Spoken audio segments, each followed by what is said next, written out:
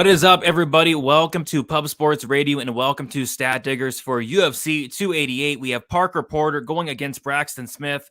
We have Henry Cejudo going against Aljamain Sterling, the main event. Really looking forward to this card. 14 fights on the card. Should be a good one.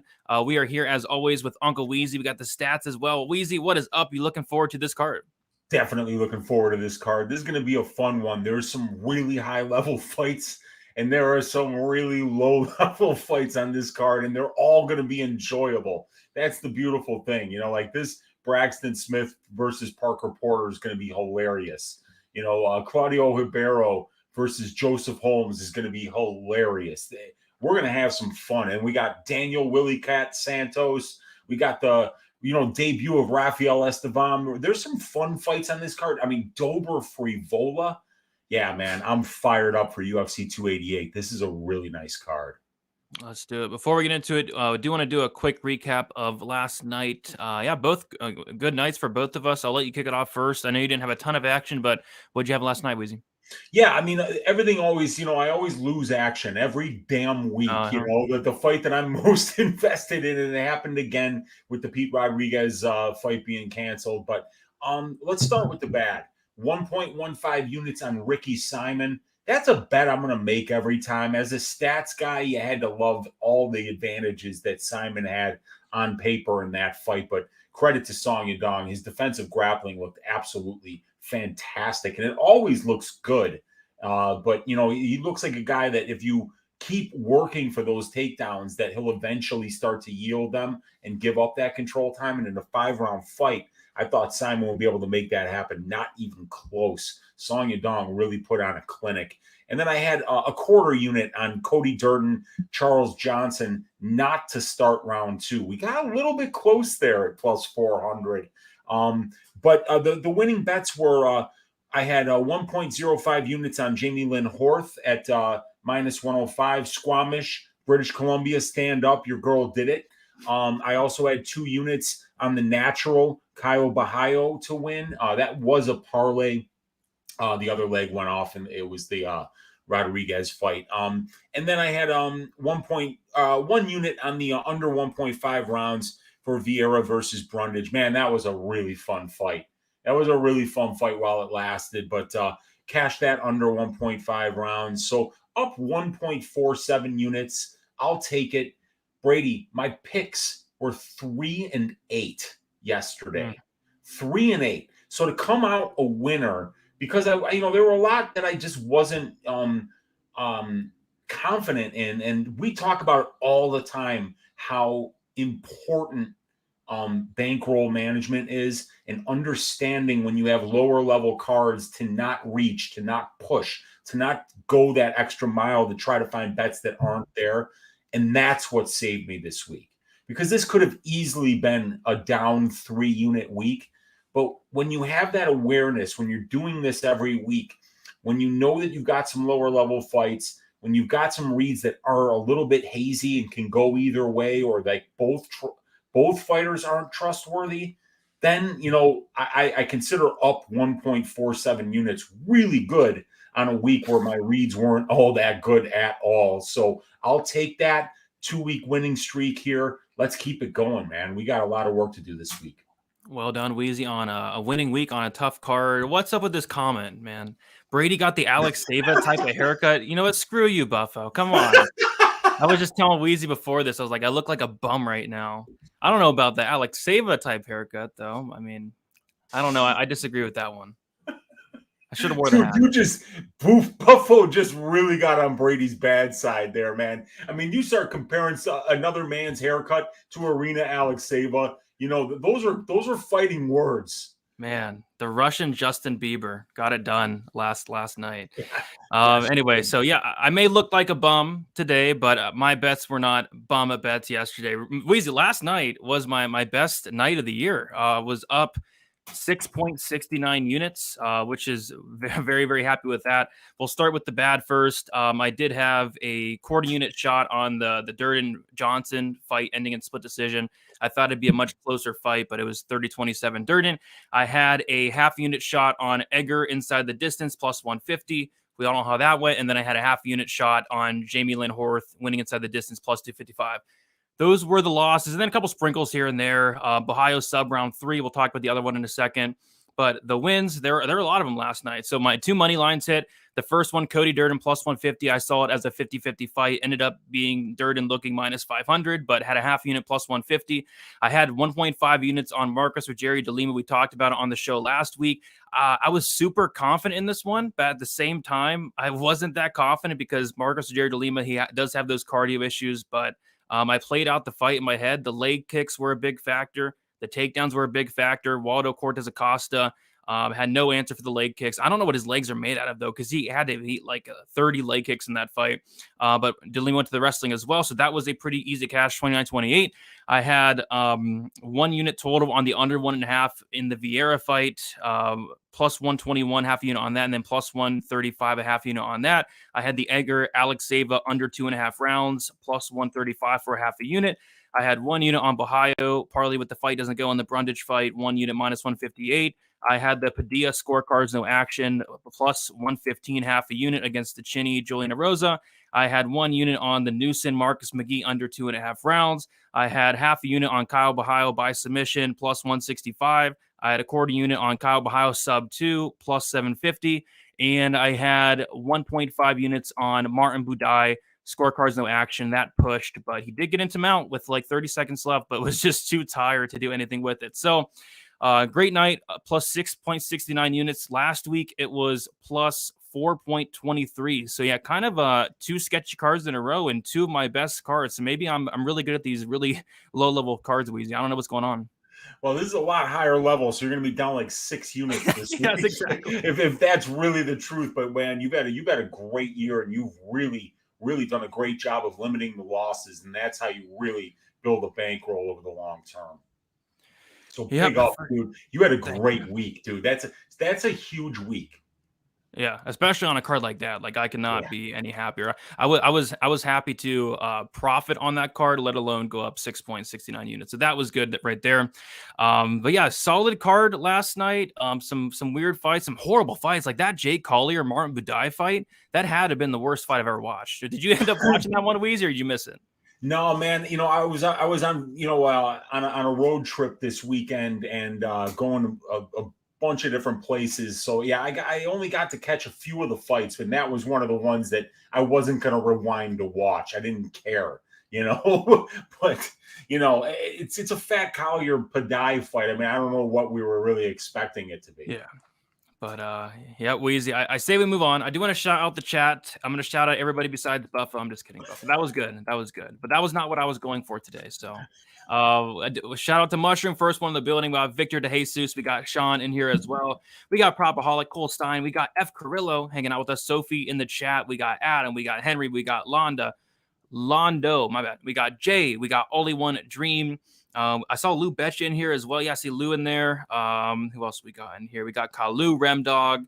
We got Patrick, Addicted Combat. What is up, Patrick? How you doing? We got Justin in the chat. We got Jay in the chat as well. We got You Can't Be Snerious. What is up, everybody? Never mind M as well. All right, guys. Let's get into it. Before we do so, subscribe here to Pub Sports Radio. We do go live every Sunday for some stat diggers. We're going to kick it off with the first fight on the card, and we're kicking it off with just an absolute banger, man. Daniel Santos going against Johnny Munoz Jr. We got Daniel Santos, 28 years old, 5'7", with a 67-inch reach. Johnny Munoz Jr., 30 years old, 5'9", with a 71-inch reach.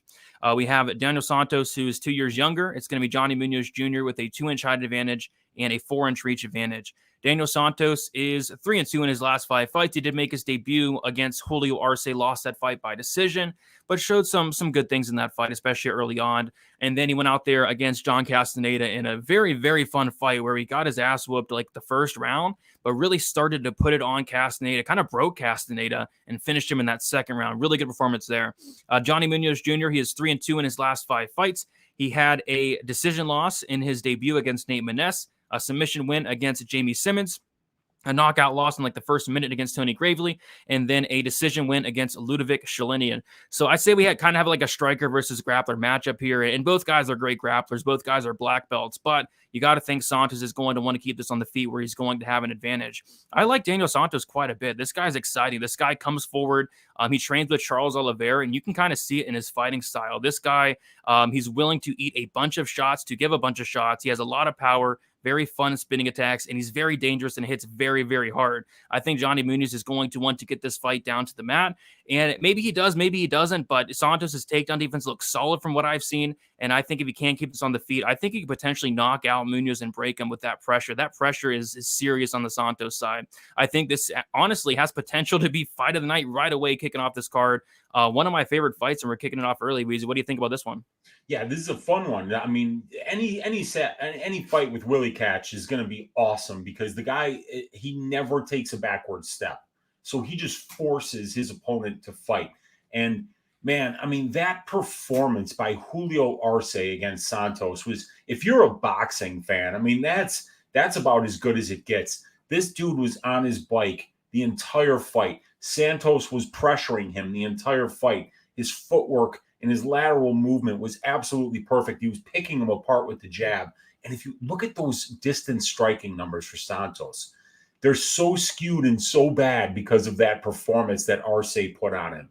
Johnny Munoz Jr. is not Julio Arce on the feet here. No, sir. So, this is like you said, it's very much a striker versus grappler because Santos, he's not, when you watch the tape on him on the regional scene, he's not really mixing in the grappling all that much. He wants to break you on the feet. A couple of great spinning back kick knockouts to the body that he's had. He's throwing this spinning wild stuff every once in a while, but mostly he's just walking you down and trying to get your back up against the fence, get you cornered, and land big shots. And with Munoz Jr., we got a guy in 4 fights here in the UFC who's attempted 24 takedowns. He's gotten 6 of them. So definitely very low takedown percentage.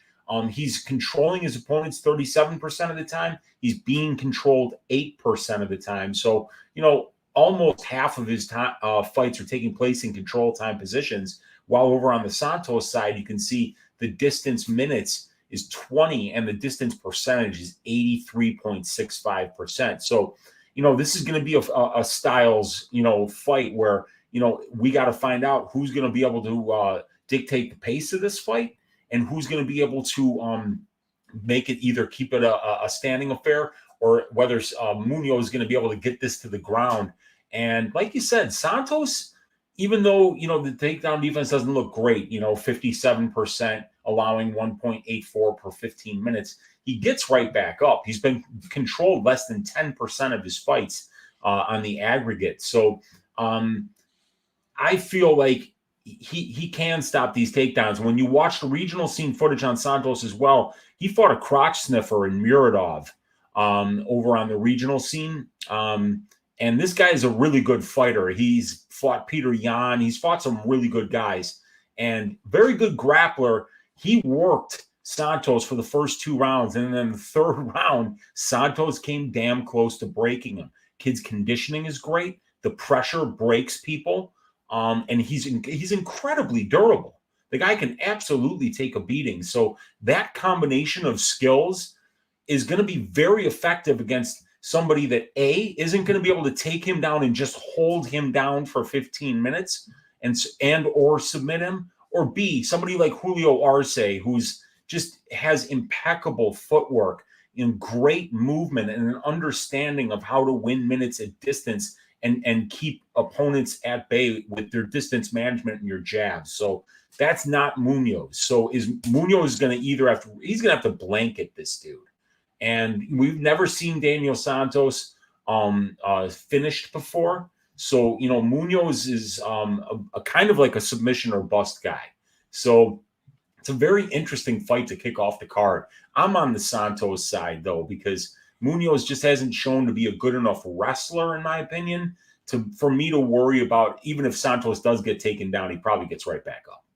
Yeah, I think Santos is going to give him a lot of problems here with that pressure, that power. I don't think Munoz is going to like it. So I kind of like Santos to win this fight by knockout, which we don't have a prop on that yet, but I think he can break Munoz here in the striking. Santos is the favorite. He opened up. I don't know because best fight odds sucks. Anyway, he's minus 147, and then Johnny Munoz Jr. is plus 127. The over under set at 2.5 rounds. The over 2.5 minus 110. The under 2.5 minus 120. I do lean the under. I do lean towards Santos going out there and getting a knockout first or second round. I think he can break Munoz as he did John Castaneda. Like that Castaneda win is freaking good. Like John Castaneda is a really good fighter, a really tough fighter as well. To see him break Castaneda was very impressive to me. Yeah, Castaneda's had more problems with the scales than he has his opponents. And yeah, and Santos really, really worked him. And, you know, when you got that combination of the durability, the pressure, and the power, you can wait. You can lose 13 minutes of a fight and then break somebody in the last two. And I think that Santos is actually live for a late finish here if Munoz gasses trying to get takedowns unsuccessfully. Yep, I think that's definitely in play.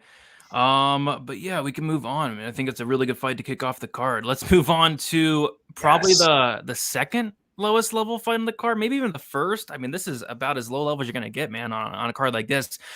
We got Joseph Ugly Man Holmes going against Claudio Ribeiro. We got Joseph Holmes, 27 years old, 6'4" with an 80-inch reach. Claudio Ribeiro, 30 years old, 6'1" with a 77-inch reach. We have Holmes, 3 years younger. Holmes with a 3-inch height advantage and a 3-inch reach advantage. Joseph Holmes is 3-2 in his last 5 fights, a knockout win against Jonathan Patty. After that, he made his debut against Jamie Pickett, lost to Jamie Pickett. I'll repeat that. He lost to Jamie Pickett, submitted Alan Amedovski, and then lost by submission against Jung Young Park. As far as Claudio Ribeiro, he got a very good knockout win on the Contender Series in like the first minute of that fight, and then goes in there against Abdulrazak Al-Hassan and cashes my under 1.5 ticket in the second round.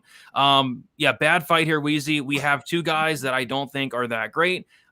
Joseph Holmes, I think, is the more skilled, like mixed martial artist. But Claudio Ribeiro, this guy does one thing good and one thing only, and that's this guy hits like an absolute truck. This guy hits very, very hard, and that might be enough here, but we have one guy that's minus 200 in this matchup and another guy that's like plus 170. I'm staying far away. I thought maybe the under could be a good look, but the under's already getting hit as we speak, so it's probably not a fight I'm going to want to touch, but I think it's a great violent spot. Both of these guys have a 100% finish rate. Both of these guys have never won a decision. Both guys have power on the feet. Joseph Holmes, brown belt, and BJJ. If Joseph Holmes is able to take down Ribeiro, probably gets an easy sub, but Ribeiro can absolutely knock out Joseph Holmes on the feet here. So violence, if anything, for me, Weezy, but not a fight I'm looking forward to betting from a money line perspective, that's for sure. What are you liking here? Yeah, you're not willing to lay minus 200 on Ribeiro here? Okay. All right. Yeah, well, I mean, look, Holmes is 3 years younger. He's 3 inches taller. He's got a 3-inch reach advantage. These guys are pretty their experience levels are very much the same, but Holmes has got a little more UFC experience, 2 more fights, about 20 more minutes in the cage. But like you said, 100% finish rates for both guys. But with Holmes, it's more submission, and with Ribeiro, it's that crazy power. On the feet, I think Ribeiro, he's going to have to try to close the distance, and I think he'll probably try to do it with his calf kicks. That's what we saw him really coming out against Abdulrazak Al-Hassan with, and that was a smart game plan because Abdul is so power-centric and so heavy on his lead leg that Ribeiro was busting up his calf early in that fight, and we saw Abdul kind of shoot in on a takedown, put him on his back, not put him on the fence and wear him out there for the rest of the first round. And then he came out in the second and he finished him almost immediately by pressuring him and getting his back up against the cage again. So I think, look, I wouldn't lay juice on this guy Ribeiro because really when you go through his career, he needs to knock people out to win. And with Holmes, you see some power on the feet, but you also see some length and some height that is difficult to deal with. And he's, like I say, he's 3 years younger. He's still only 27 years old. So maybe we're going to see a little more improvement in between fights from a guy like Joseph Holmes, who already has a tricky frame to deal with for this middleweight division. I think he's the tallest middleweight on the roster, even though Trey Waters, who's a welterweight, is taller than him. But that doesn't make much of a difference here. I think that Holmes, if he fights smart here and does the same thing that Abdul Razak Al Hassan does, which is, start by grappling this guy, put him in the clinch, wear him out. If your conditioning is better than Ribeiro's, that's your best chance, because you just don't want to deal with that power on the feet, because he can absolutely shut your lights off. So, yeah, I mean, Ribeiro puncher's chance, but Joseph Holmes is the guy who gassed out in the second round against Jun Yong Park. So can we count on Joseph Holmes to be able to push a pace that Ribeiro can't handle like Abdul Razak Al Hassan did? I don't know, dude. So, yeah, but plus 170 for Holmes and minus 200 for Ribeiro. I know which way I'd go if I was to bet this fight, and it would be on that underdog side. But, yeah, I mean, at least Ribeiro has the better strength of schedule at the UFC level. What a mess. What a mess of a fight. Yeah, it's a clear pass for me. I'll say Ribeiro knocks his ass out in the first round, but I just don't want anything to do with it. I do want to check out. Buffalo was asking if Ribeiro has any subs on his record. None, zero. So they're all knockouts. Whereas Holmes has won 75% of his wins by submission there. The fight doesn't go to decision, minus 350, so they're all over it. And like I said, the under 1.5, it was sitting at plus 118. At that point, I did somewhat consider it, but it's now minus 110. So yeah, nothing really sticking out here from a betting perspective. And like you said, Weezy, we have Ribeiro who's minus 200. And Joseph Holmes is plus 170. I will not be laying minus 200 on Claudio Ribeiro this week.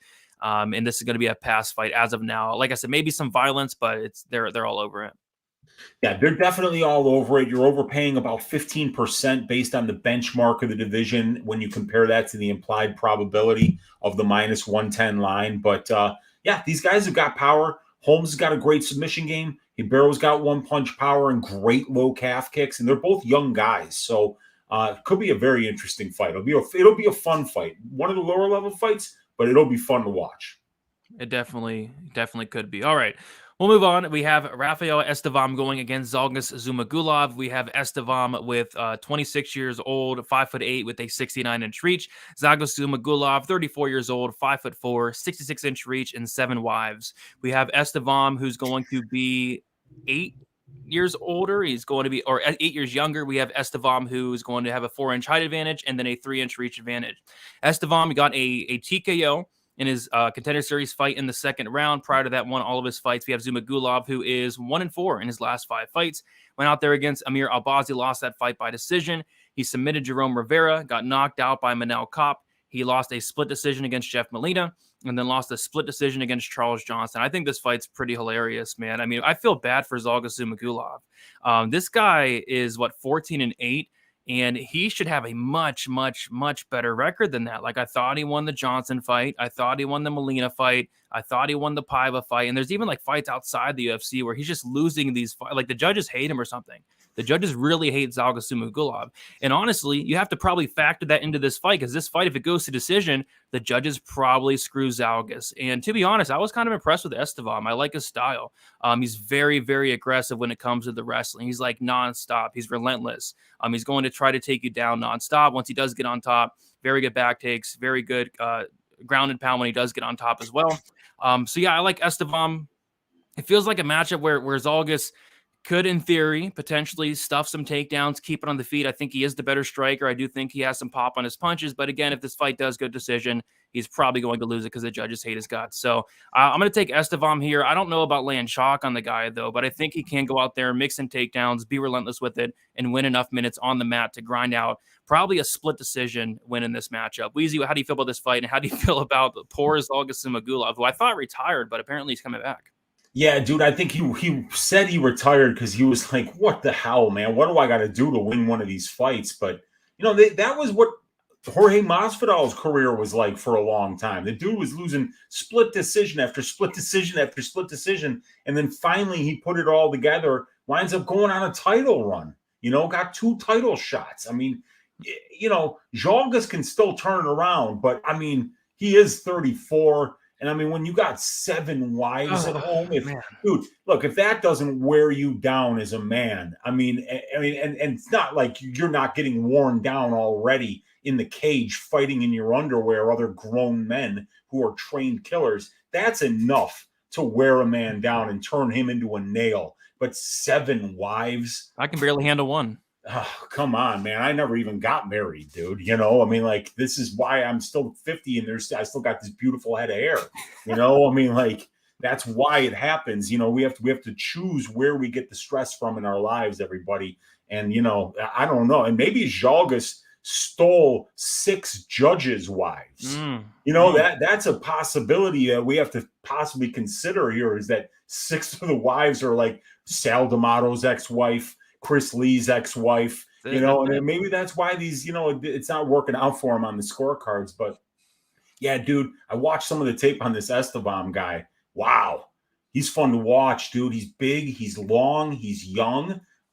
He's fairly, you know, he's been fighting since he was 19, and boy, he's super aggressive, wrestles nonstop. Once he gets on top, he stays very, very busy. He is working for submissions. He is landing ground and pound.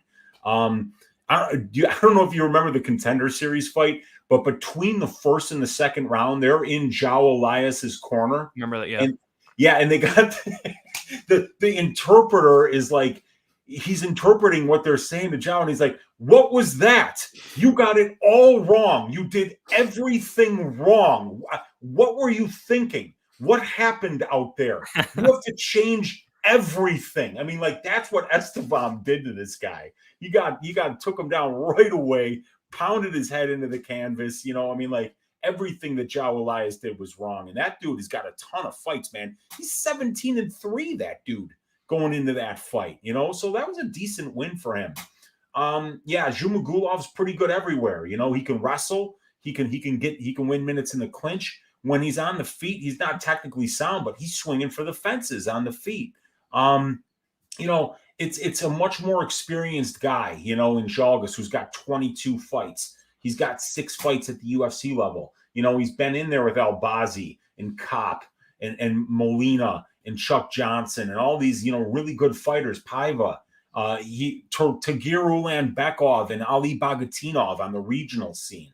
This guy's been at the top of his game for a long time here. So you don't want to disrespect Jalgus too much on the line, because you know he's going to keep it close even against really good fighters. Yeah.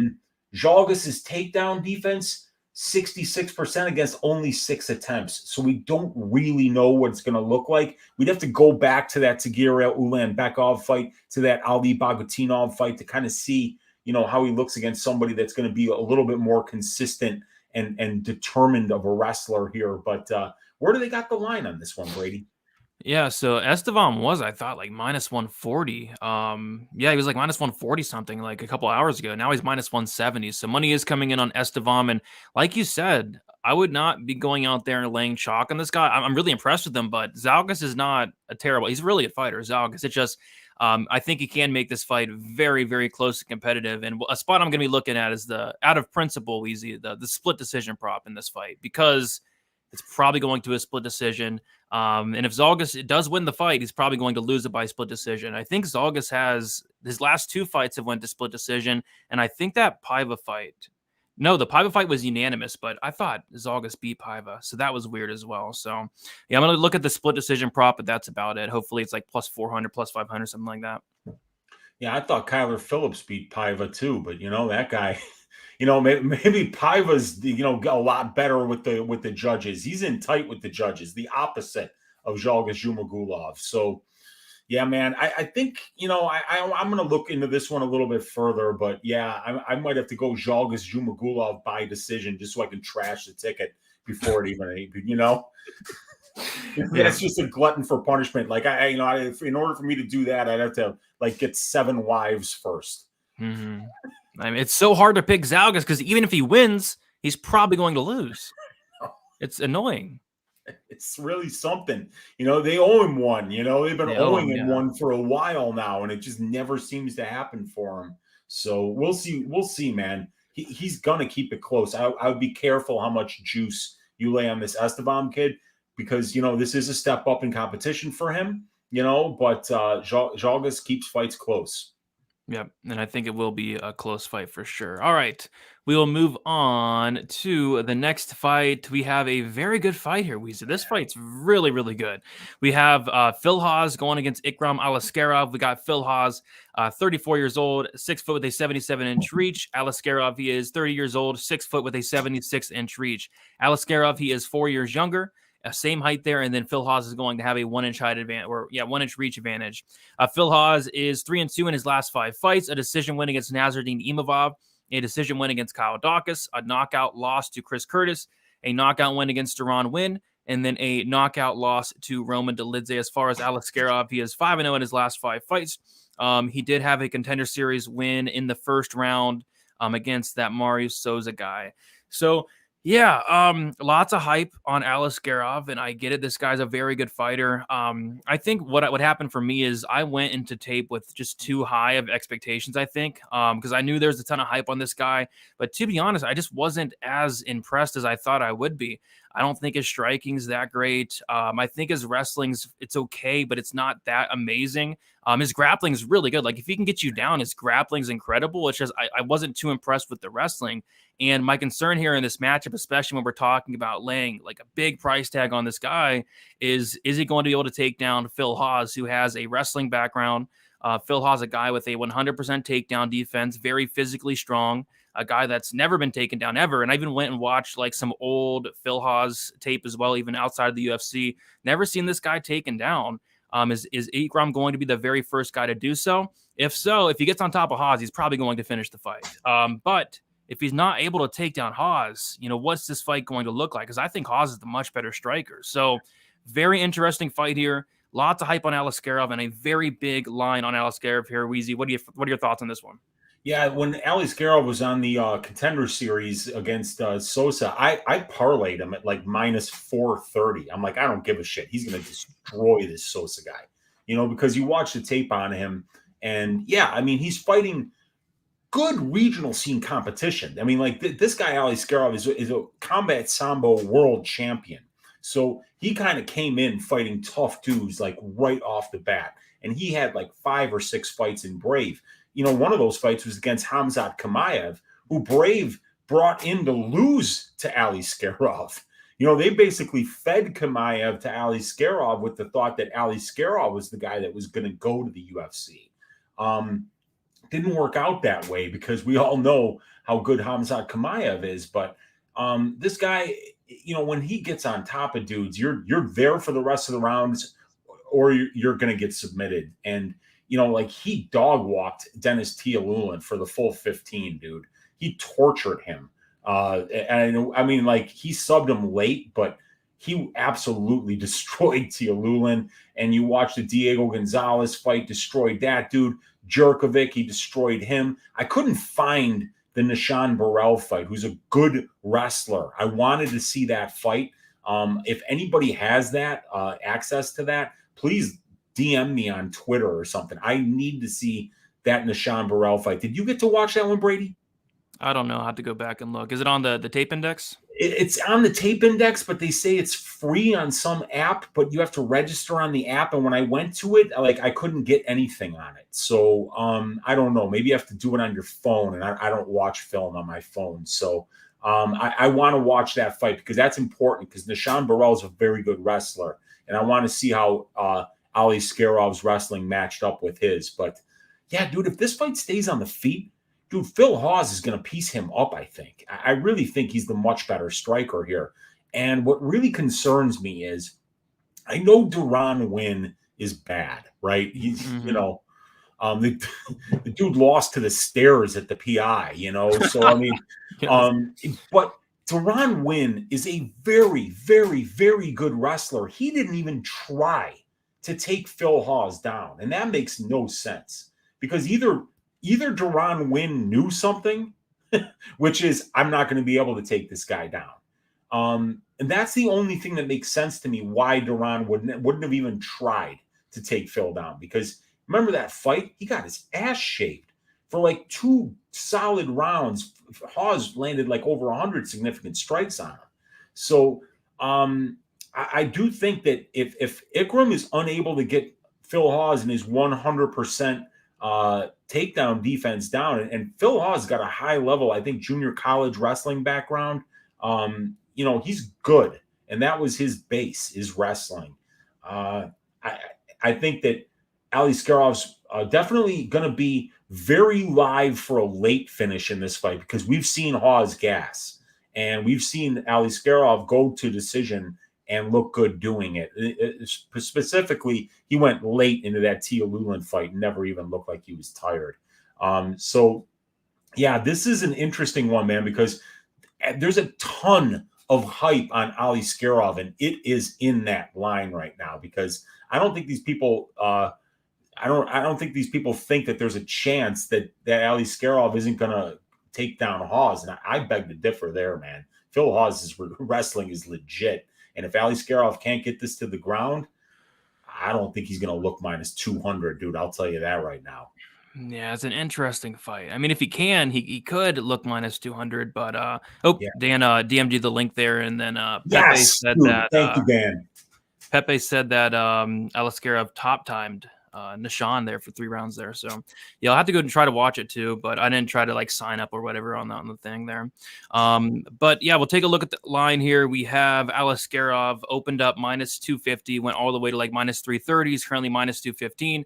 Phil Hawes opened up plus 210, went all the way to plus 270, currently plus 185. And I kind of agree with Rolando here. I mean, I don't trust Hawes. Bad chin, bad cardio. It's hard to trust a guy like Phil Hawes. No chin, questionable cardio. And yeah, I think if Aliskerov does get on top, it could be a wrap there. But if Phil Hawes is able to stuff these takedowns, I think it's going to look like a pick 'em at worst. I think Hawes is a much better striker here, but I think there's too many question marks for me on this fight. Weezy, any thoughts on the betting line? Yeah, I think it's a little wide, but like I said, I got to get all the footage on Ali Skarov, and for me, that Nishan Burrell fight's very important, because I want to see how he does against a good wrestler like Nishan. So, I think it's wide for now, but yeah, I'm very concerned about Phil Hawes' cardio. I'm a little bit concerned about his chin, and Ali Skarov's got nice uppercuts, nice knees. He does throw a nice jump knee from time to time. He's not just a meat and potatoes boxer. He will throw some flashy techniques every once in a while, and he could absolutely catch Hawes too. That's why I think the line is wide, is because Hawes has pulled so many stunts in the past, and a lot of people, they never forgive that. Yep. Mill said, what about the classic line? He hits like a truck, Hawes. Yeah, he does. I'd say he hits like a truck for sure. He definitely hits hard, man. He gets a lot of people on skates. I'll tell you that. Yeah, for sure. Just ask Jacob Malkoon how hard he hits. So I think violence here is fine as well. 100% combined finish rate or finished losses between the two. Looks like Hawes has been knocked out 3 times, subbed once, and then Aliskerov obviously knocked out in his only loss against Khamzat Chimaev. So that is 5 finished losses. The under was at minus 155 for a second, but now it's at minus 185. So I don't think I'm going to bet this fight, but it's a fight I'm really interested in watching as far as a fan perspective, I think. Oh, yeah. I mean, I've got to see Ali Skarov take this step up. I'm really looking forward to it, man, because the guy's got a ton of hype on him, and for good reason. These world Sambo champions are never a joke. So, yeah, can't wait for that fight, man. Goodness, Bob with the plus 270 on Hawes. There you go. He's plus 185, best price now. There you go, Bob. Beat some linemen with there. And Mushroom's right. Violence is always the answer for sure. All right, so let's move on to the people's main event, the fight that everybody has been waiting for, the talk of the town. We got Parker Porter going against Braxton Smith. We got Braxton Smith, 33 years old, 5'11", not sure on the reach here. Parker Porter, 37 years old, 6 foot with a 75-inch reach. We were talking about this earlier. What is Braxton Smith's nickname? It's the refrigerator, right? It's not the refrigerator, but why is it not? Yeah, I know. It's actually the Beautiful Monster, which is a good nickname. But come on, man. The refrigerator. Let me tell you a real quick story, Brady.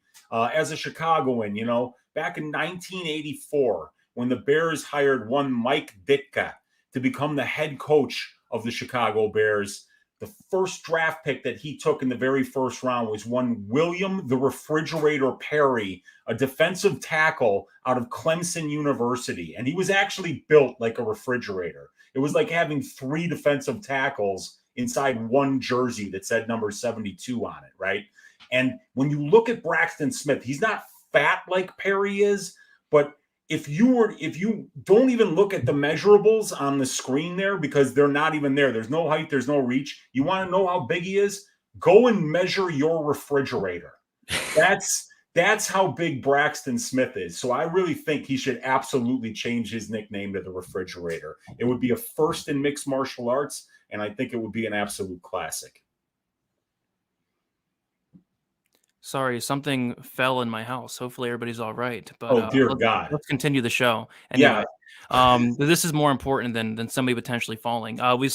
We have Braxton Smith. The guy is 5-1. His one loss comes to Chase Sherman back in 2014 randomly, and then he has not fought in 8 years. And then all of a sudden he starts his MMA career back up in 2022. Apparently he was playing football or something. But yeah, that was kind of weird there. Parker Porter is 4-3 in his last 5 fights. Decision win against Parisian, Sherman, and Bedoya, the top of the heavyweight division right there. Lost to Jailton Almeida by sub, and then got knocked out by Justin Tafa his last time out. So this is probably my 1-800 gambler fight of the week here, a fight that probably should not be bet on. Just like last week, it was the Jake Collier Martin Bedoya fight, and that played out as expected and as horrible as can be. I would highly not recommend laying like minus 180 on Parker Porter. Like Parker Porter, I know we joke he's the next heavyweight champion. He's really good. The guy's been knocked out like 5 times. He's been finished in like all 7 or 8 losses. I really question the chin of Parker Porter. And one thing Braxton Smith does is he hits like an absolute truck. This guy hits very hard. I don't know how good he actually is. He's going out there and starching these lower level guys. There's a ton of question marks, like what's his cardio look like after the first round? What's his ground game look like? What's his takedown defense look like? We don't know any of that. That's why Parker Porter is the favorite in this matchup. But it would not shock me at all if Braxton Smith went out there and stopped Parker Porter within the first couple minutes. One important thing I do want to bring out, I thought this was the most hilarious thing. I do want to shout out UFC_Danny P on Twitter. He posted this and it gave me a good giggle. So he said this. I'll bring in the picture. He said, Braxton Smith faces Parker Porter next Saturday in a fight for the ages. Looked like he scoured the earth to find the perfect clone of Porter to bring into his training camp. Look who Braxton Smith is training with. Are you serious? Is that real? He brought in a Parker Porter lookalike. I couldn't believe my eyes. So this is the high level training Braxton Smith is getting. Look at that guy. I don't know, but I thought that was... He's got his hands high. Yeah. He's fundamentally sound, and you know, he could be surprisingly a good athlete, but he just doesn't look good in that one freeze frame right there, you know, but it could be deceiving. Is that the key to beating Parker Porter? This guy right here, this training partner? Is that the key? We're going to find out on Saturday, Brady. I'll tell you that right now. But seriously, let's not lay minus 170 on Parker Porter. He should be the favorite. He's fought the better competition. He has more paths to victory. He has a second round, a third round. He has a ground game. But laying minus 170 on Parker Porter, I just can't do it. I'm passing on this fight, Weezy. I thought like the under 1.5 would be a great look this fight, but it's like juiced all the way to like minus 160 right now. A Parker Porter under is sitting at minus 160. So just for fun, I'm going to pick Braxton Smith to knock out Parker Porter, but I could also see Parker Porter getting on top and getting some kind of hilarious submission just because this is a hilarious fight. You know, could get like an Americana, maybe a toe hold for Parker Porter. I think we're going to see a very hilarious outcome, just like we saw in the Martin Bedoya Jake Collier fight where Collier gassed in 5 minutes. So hilarious fight. It's a fight that I'm going to be enjoying from a fan perspective, just because I'm going to sit back, have a laugh, maybe make a couple funny jokes on Twitter. But as a bettor, I will not be touching this fight with any money whatsoever. Weezy, what are your thoughts on this mess? Yeah, it's going to be a fun one, man. You know, we were talking before the show started, and Brady said he heard an interview with Braxton Smith, and Braxton was, you know, he said he was funny. He was like, yeah, people are saying, you know, I got bad cardio. People are saying I got a bad ground game, and yeah, and you know what? Hey, all that might be true, but don't get hit. Don't get hit. Don't get hit. And dude, those 3 words sum up this fight. If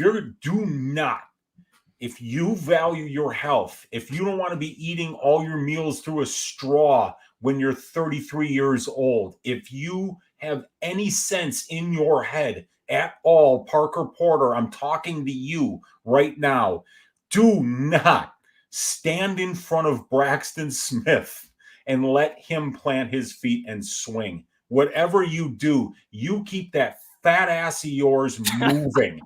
You keep those feet moving, because if you let this dude plant his feet and throw 3 hooks, if one of them hits you, you are going night. Can he fight out of the first round? Probably not. Could he get up if Parker Porter took him down? Probably not. I mean, once you get that fat ass on top of you, man, you're not going anywhere. Like, even like the canvas will have an indentation in it, once Parker Porter gets on top of you. So this is kind of a hard fight to cap, because I mean, Braxton Smith, all it takes is one shot in the first round. I think the best bet in this fight, I mean, without any question, is Braxton Smith first round knockout. That's the bet that's really makes the absolute most sense here. And then whatever happens after that, Parker Porter does have good conditioning for a heavyweight, so if it gets out of the first round, not only have we never seen Braxton out of the first round, but you got the UFC debut, the nerves, the potential adrenaline dump to deal with. Plus, you're bricked up with all that muscle. You're the size of an Amana refrigerator, so you're probably not going to get out of the first round and have anything left. If little Jacqueline Amorim can gas out after one round, this big dude can. So, yeah, I mean, I think Porter can definitely take over after round 2. I think if this fight went the full 15 minutes, it would be hilarious. It would be absolutely hilarious. So, yeah, fight doesn't go to decision, probably a parlay piece if it's not at like minus 800, which it certainly could be. But, yeah, maybe Braxton Smith first round knockout. I think that'd be the way I'd play this. Yep. The fight doesn't go to decision on 5 dimes is, you guessed it, minus 600. Yeah, I said 800, and it'll be pricier than that on FanDuel. I guarantee it'll be like a minus 1100 maybe. Yeah, man. People in the chat blowing it up about the Porter sub. Could this finally be the Porter sub mission spot? It could be. Maybe like an Americana, maybe a twister from Parker Porter. Oh, fuck. Dude. A twister. If Parker Porter started attempting a twister, the referee would probably die laughing. Like, Parker, what are you doing? Oh my goodness. This is a fight that we're going to watch and we're going to enjoy. Parker Porter is the favorite. He is currently sitting at minus 180. Braxton Smith plus 155. It's a dogger patch just because laying chalk on Parker Porter is not something I ever want to do. Any thoughts on the line? And then, like I said, the under's juiced to minus 160. Yeah, I mean, this is not these are the type of fights that I intentionally try to stay away from money lines on. I'll bet somebody by their best win condition so that I can reduce my exposure from maybe 1 unit down to a quarter unit and still try to win a unit or more by getting a first round knockout prop or something like that. I'm not this fight. There's no way I'm laying juice on Parker Porter. And from what I saw from Braxton Smith on tape, I kind of feel like, why bet the money line when there's absolutely, you've never seen him taken down. You've never seen him off his back. You've never even seen an opponent shoot a takedown against him. And we've never seen him out of the first round. So there's all this missing information. Why not just bet Braxton Smith by the win condition that we've already seen him do over and over and over again? I want to know what the line is on Braxton versus the guy on the right. I don't know. Maybe a pick 'em. He looks good. He looks solid. Well, like I say, he's got a good defensive shell there, and fundamentals are everything in this game, Brady. My goodness. Sorry, I was gonna. That's my favorite picture. Straight face there, man. I almost had it.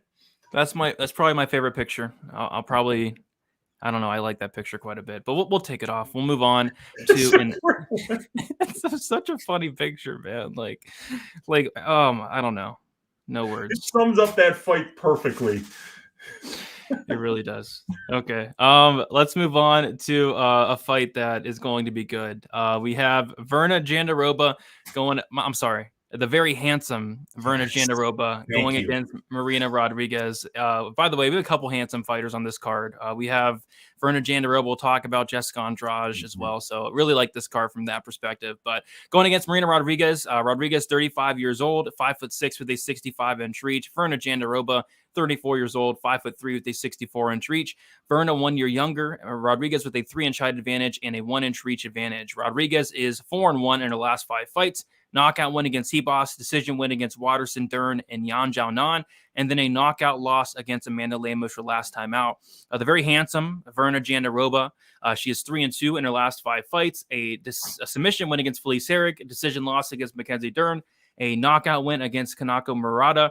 By the way, I had the submission ticket that night, and she broke her arm. Dude, I was right there with you, man. It was like plus 350 or like plus 380. Like that was that hurt, but knocked her out via submission, and then got a decision loss to Hebos, and then beat Angela Hill by decision. This is actually the last fight I taped. I was able to tape all 14 fights by Showtime.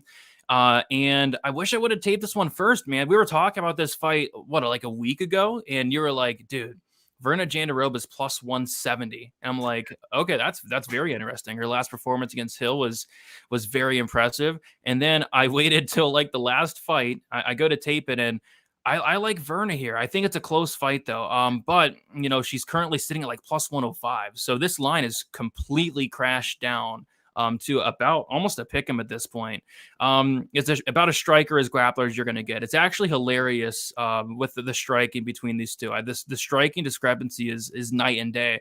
Marina Rodriguez is the much better striker, and it's not even close whatsoever. But with that said, I don't like the takedown defense of Rodriguez, and what I hate worse for Rodriguez is the get-up game. Once she's taken down, man, she's not getting up, and what is Virna really good at? When she gets on top, you're not getting up, and she's very, very dangerous as well. So it's a fight where on the feet it's Rodriguez all day, every day. It's not even close, but I feel like Virna can take this fight with just 2 takedowns. Once in the first, I feel like she can either get a sub or win the round, and then once in the second or the third to either get a sub or win a round. So I like Virna here, but it missed the freaking line. Plus 170, and then it was plus 150, and then now it's currently sitting at like plus 105. So the line is completely crashed down, missed the boat. But what I will be taking a shot on potentially is maybe the Virna sub prop. I think her ground game's insane, and I think she's going to be on top in this matchup. And I think there's going to be opportunities there. I bet the sub prop in the Angela Hill fight, and she almost got it a couple times. So I might go back to the well here depending on the line. But I'll pick Virna Jandiroba. But as of now, no real interest in betting this fight since I missed the line by a mile. Weezy, what are your thoughts on this one? Yeah, this is, like you said, it's your absolute textbook striker versus grappler matchup. I mean, you saw Amanda Hebos absolutely piece Virna Jandiroba up for the rounds 2 and 3 on the feet. And then you saw Marina Rodriguez piece up Amanda Hebos on the feet and knock her out, as a matter of fact, in the second round there. So the striking discrepancy in this fight is night and day. There's a canyon between these two. And then, of course, with the grappling, that's all Virna. And the scary thing about Virna is the fact that she doesn't even need a takedown, Brady. She could just jump guard on you. She did that against Angie, and she wound up basically going for like a flying arm bar, got her into her guard, and then bam, sweep, and spent the rest of the round on top. And Angie was fighting for her life not to get submitted. Knee bar to arm bar to the back. I mean, it was she puts on an absolute clinic, and that's what's so scary about Virna is when these really good jiu-jitsu fighters, when they start pressuring, when they start with, when they have that level difference on the ground and they say, fuck it, I'm just going to pull guard. Who cares if I can't get a takedown? Who cares if the entries on my takedowns are shit? Who cares if I gas out? They don't gas out nearly as quickly doing what they do, which is their base, and in Virna's case, that's going to be grappling. And in Marina's case, it's going to be striking. But we've seen this before. We've seen Mackenzie Dern fight Marina Rodriguez, and Marina actually get out of some of those bad spots against somebody that's just as good, if not better, of a Brazilian jiu-jitsu player than Virna Jandiroba. So, yeah, but then, it's like people vote or people bet on good-looking fighters. So you see a ton of money coming in here on Virna, and now I think that this line is something that where I might even bet Marina, as far as it's come in here, because Virna still needs to get a lot of control time.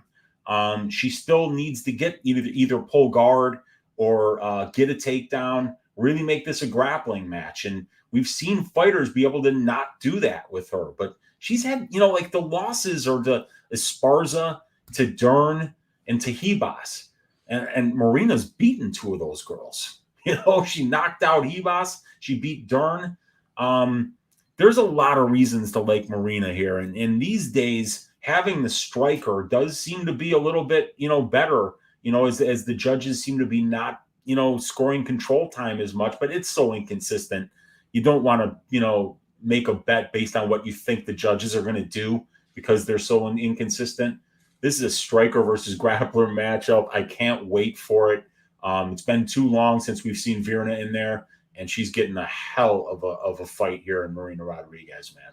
Oh yeah. This line's been crushed. So Rodriguez opened at -275, currently -125.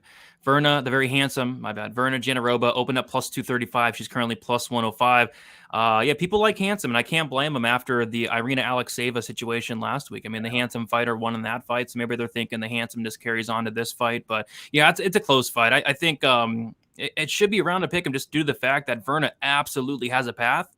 And Rodriguez absolutely has a path. What I kind of have some interest in is this under at +190, just because Rodriguez is going to be the much better striker. It's not even close. She has power. And then Virna Jandiroba's have very, very good submission grapplers. So maybe considering the under at this big plus money, but outside of that, don't have any interest in this fight as of now, since that Jandiroba line just got crushed. Anything sticking out to you, Weezy? Yeah, the under at +190, that's a 28.5% implied probability. And that's as many of their combined fights that have finished under 2.5 rounds. A combined 4 out of 14 fights. But 3 out of the 7 fights for Jandiroba have finished under 2.5. While for Marina, it's only 1. But you know what? Remember how Hebas was piecing up Jandiroba in the 3rd round? If Jandiroba's trying to get takedowns, if she's trying to pull guard and it's just not working, and she's eating punches and elbows from Marina Rodriguez, I could see a late finish here. I mean, maybe the under 2.5 at plus money at +190 might not be a bad way to play this. It's not terribly overpriced at 34.48% here. Yeah, it was something I definitely considered, just because of the striker versus grappler aspect of things and how they are both pretty dangerous in their own rights there. So yeah, maybe I'll get on that. But outside of that, nothing really sticking out on this fight. All right. Besides how handsome Jandiroba is. All right. You got that right, buddy. Absolutely. All right, we'll move on to the next fight then. We have the biggest favorite on the card, Khaos Williams, taking on Rolando Bedoya. We got Williams, 29 years old, 6 foot with a 77-inch reach. Bedoya, he is 26 years old, 5'11" with a 75-inch reach. Khaos Williams is 3-2 in his last 5 fights. Knocked out Abdulrazak Al-Hassan, lost a decision to Michel Pereira, won a decision against Matthew Simmelsberger, knocked out Miguel Baeza, and then lost a decision to Randy Brown. As far as Rolando Bedoya, he's making his debut here, 13-1 on a 5-event. Well, won his last 5 fights, decision, knockout, submission. So I went and watched the tape on Bedoya, and how I was feeling was I'm not sure what's going on here. And it's weird because I said the same thing about Alexeyeva last week. I was like, I'm not sure why she's in the UFC. Then she goes out there and gets a first-round knee bar. So maybe Bedoya comes out here and gets a first-round knee bar. But no, I wasn't impressed with the guy. What he's really good at is being tough. This guy kind of reminds me of a less handsome Priscilla Cachoeira, where she's going to eat your best punches. He's going to walk forward with his hands low. He's going to eat punches with his face. He has a huge head, and he's tough. He's very tough, but my goodness, he's getting hit nonstop. Like, his striking defense has to be like 20%. It's terrible. But he's tough. He keeps coming forward. He has heart. He gets hurt. He recovers, and then he breaks you. He gets his opponents tired just due to the fact that they're hitting him in the face so much that his opponents start to get tired. He starts to take over, and then he either wins a decision or finishes them late. That concerns me against Khaos Williams, who hits very, very, very, very hard. I think there's a reason Khaos Williams is the biggest favorite on this card. You don't want to be hittable. Well, Bootsy disagrees. Bootsy definitely disagrees, but you don't want to be hittable against Khaos Williams. If you're going to block punches with your face against Khaos Williams, I think you're going to have a very, very bad time. Give me Khaos Williams first round knockout. I think he knocks out Bedoya, but maybe Williams punches him in the face, gasses himself out like Bedoya's other opponents. But this is a big, massive step up in competition for Bedoya. I don't see that happening. I think Williams gives Bedoya his first finish loss here by knockout. I'm not really that impressed with Bedoya, but we'll see. We'll see what happens. But I like Williams here to get the knockout win. Weezy, did you watch any tape on Bedoya? And if so, how'd you feel about him? Yeah, I didn't get to the tape on Bedoya yet, but I did get to the Tapology profile, and we were talking about this earlier. I mean, like, I have no clue what this guy is doing here, because you just look at the Tapology profile. 7 out of his last 10 fights have been canceled. Yeah. Okay, so like we haven't had enough canceled fights lately. Cristiano Nunez, Bedoya withdrew. Daniel Zellhuber, Bedoya withdrew. Nicholas Martinez, the event was canceled. Pablo Dorta, it just doesn't say why that fight didn't happen, but it could have been that he pulled out. Another one against Dorta where the fight was canceled, and against Magno Silva. Silva left due to flight problems, okay? And then he pulled out of a fight against Matias Juarez just a year ago. So we haven't even seen this guy since March of 2022. He fought some guy named Pablo Dorta. He won by Darce choke in the second round. He's got a win over Mauricio Otalora. And he's not even like it's in a promotion called FFC. What about Washington Nunez, Weezy? Nunez. The 7-4 Washington Nunez in the inimitable SFT promotion, SFT 15. Yeah, I mean, this guy hasn't fought anybody. And then, you're telling me that he blocks punches with his face and like he's basically just durable. Very durable, yeah. Dude, but when you're pulling out of 7 fights in the last 4 years, what the hell? I mean, like, why would you invite this guy to the UFC? Especially he doesn't have one signature win on his career. So I don't know what he's doing here. And like Khaos Williams, this guy's sparking good fighters. He's going the distance with Matt Semmelsberger. He's fighting real fighters here. So maybe it's just that we've got this Peruvian invasion right now in the UFC. Claudio Puelles, he kicked down that door. And now, we got a bunch of new guys, Gaston Bolaños. We got this guy here. We got somebody, I forgot there was another Peruvian, the Peruvian invasion. He's just a part of it. I mean, we'll see if we get actually any good performance out of this guy. Maybe he'll put on exciting fights, but I got a feeling he doesn't even show up on Saturday. You could be right, man. I mean, I don't think I'd show up to fight Khaos Williams, and this guy hasn't showed up a lot to fight a lot less scary guys than Khaos Williams. So we'll see, man. But yeah, I mean, I think Khaos absolutely destroys this guy, but I got to watch the tape. Yeah, very. I mean, if you like tough guy, which a lot of people love, like these tough guys, like Julian Erosa type guys, like Chris Moutinho type guys. Like this guy reminds me of like a less handsome Chris Moutinho, where he's just blocking punches with his face. He's super tough. He's super durable. He's gonna come forward. He's gonna fight for your money. He's a dog. He has that dog in him. But again, blocking punches with your face against Khaos Williams is just not a good recipe for success, in my opinion. So. Big line here for Khaos Williams, currently minus 300. The fight doesn't go, it's like minus 245. The unders plus 100. Nothing really sticking out for me on this one, but I might look at like Williams. Never mind. Williams inside the distance is already minus 110. So they're all over it. Probably going to be a pass fight for me.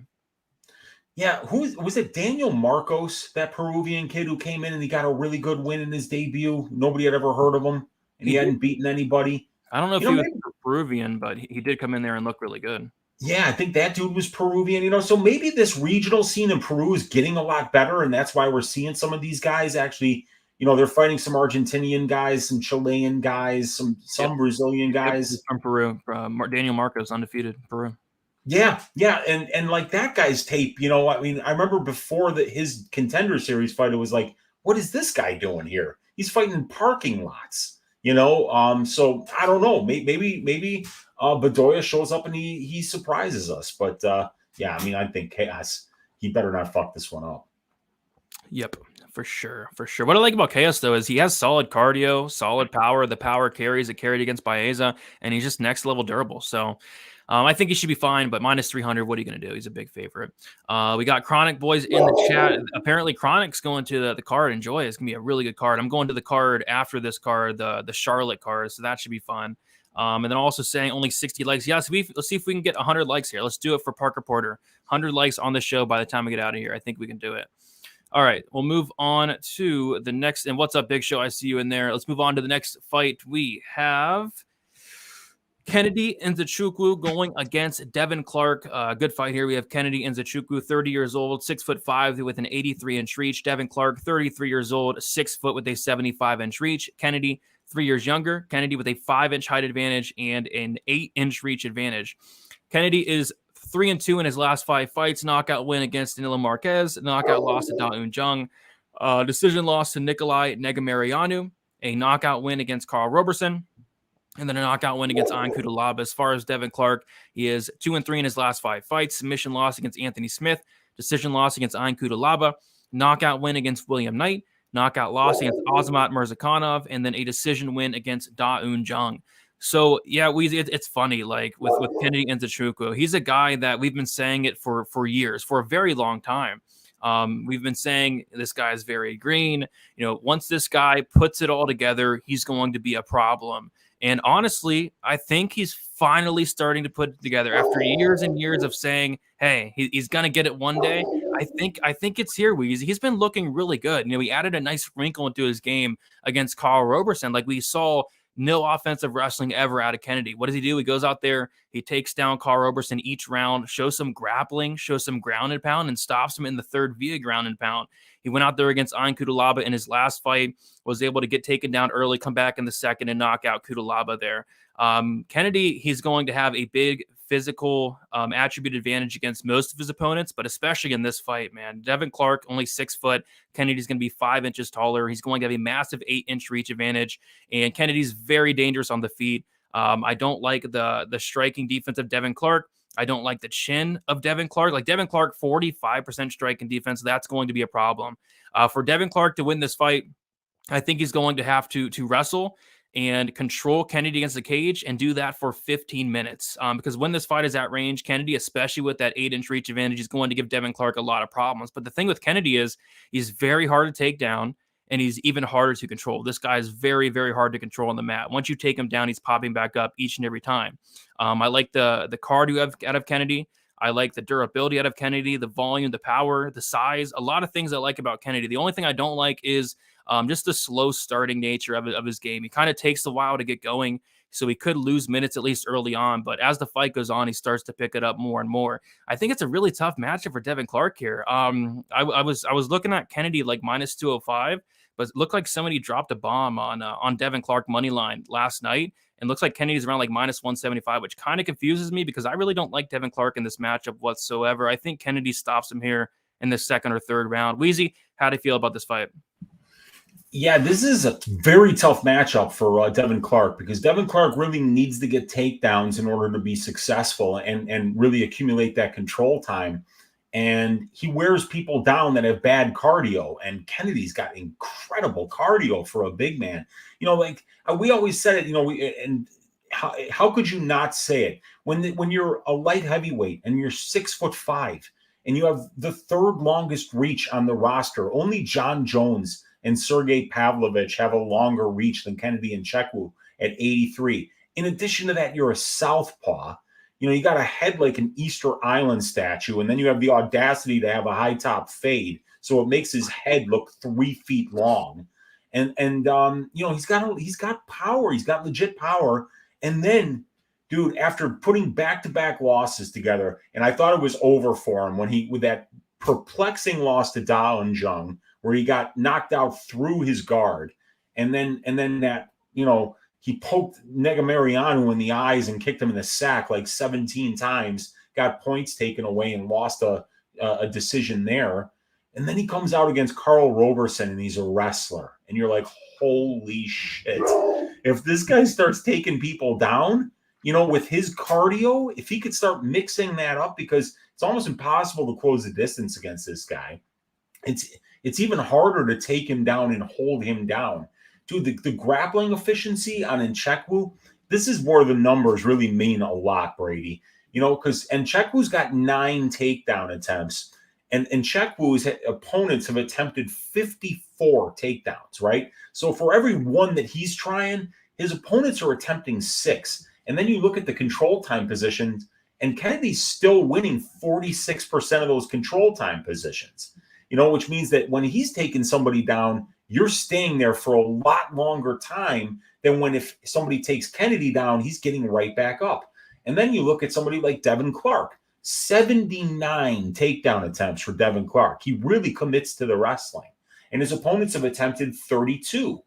But Devin Clark is only out-controlling his opponents 34% to 27%. So Kennedy wins about 46% of the grappling positions. Devin Clark wins about 55%. But if you dig a little bit deeper and you look at the efficiency there, I don't think Devin Clark's going to win minutes controlling Kennedy and Nzechukwu, because even Kennedy's opponents have only managed 22% control time against him. And that's with 54 takedown attempts in 8 fights. So it's not like Kennedy hasn't seen this exact type of opponent before. People that have tried to wrestle and grapple him because they seriously don't want to be at striking range with a guy that's 6'5", has an 83-inch reach, and he throws kicks too. So, I mean, he's just a real problem. I mean, he can touch you and you can't touch him. So I don't understand the Devin Clark love here. I don't think that he's going to wear down a guy that's probably got better conditioning than him. As athletic and powerful as Devin Clark is, Kennedy Nzechukwu's way more athletic. He's way more explosive. And he's getting better. He's putting it all together. He's got all those natural gifts, the incredible conditioning, the discipline, the listening to his coach. And then you match it up with the 6'5", the 83-inch reach. He's a southpaw, for Christ's sake. The conditioning. I love Kennedy in this spot, man. I don't see Devin Clark finding the type of fight that he's had success in the past, and that's wearing down a guy that he's tougher than, that he has better conditioning than, that can't handle the wrestling. Yeah, I mean, I like Kennedy quite a bit. But yeah, it looks like nothing but Devin Clark love on the money line. So we'll see where this line goes. But Kennedy currently minus 176, Devin Clark currently plus 151.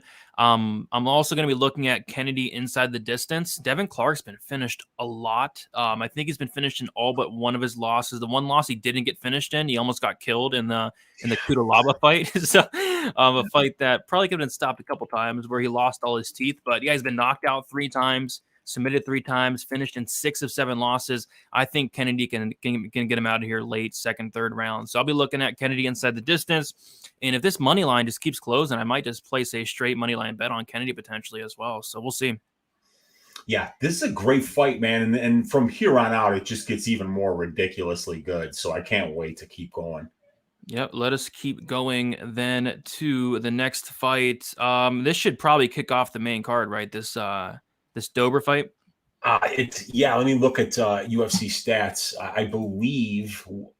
Actually, no, that's the that's the prelim headliner, and then we're going to kick it off with Gracie Jourdain.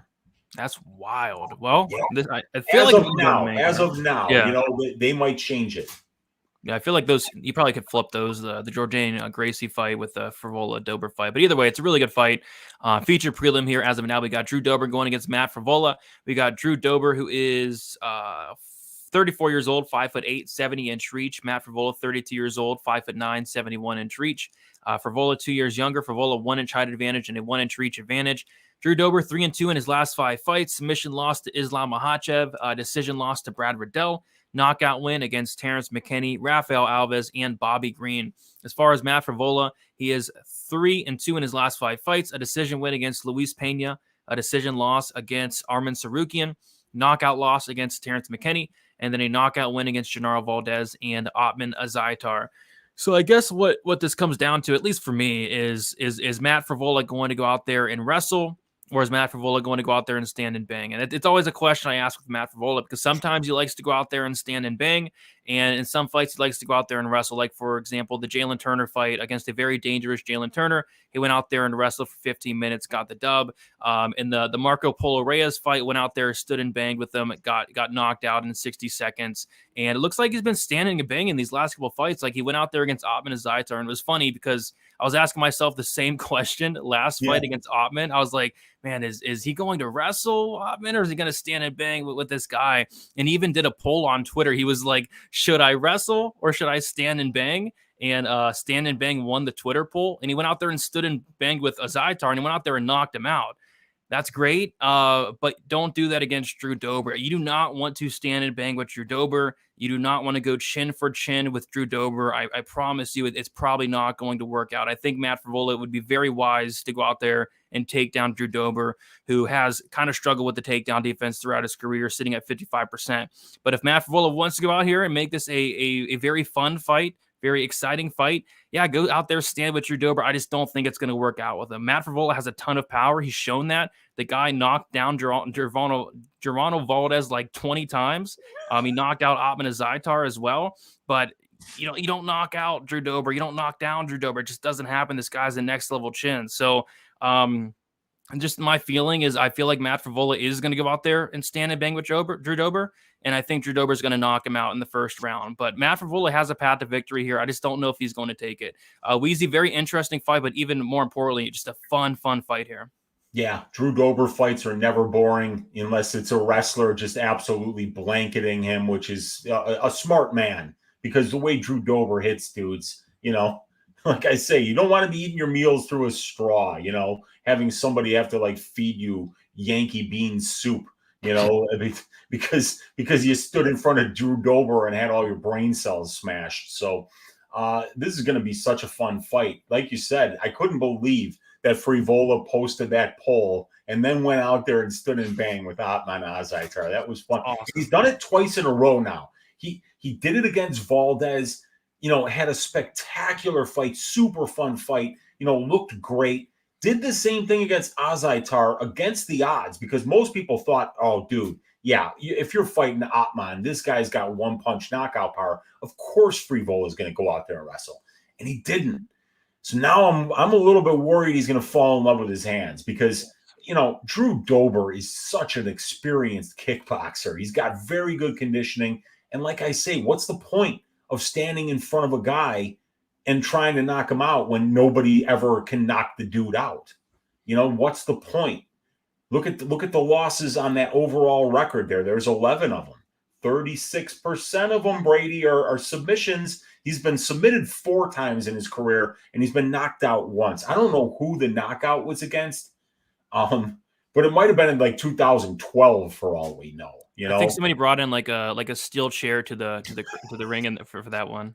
The referee was knocked out. They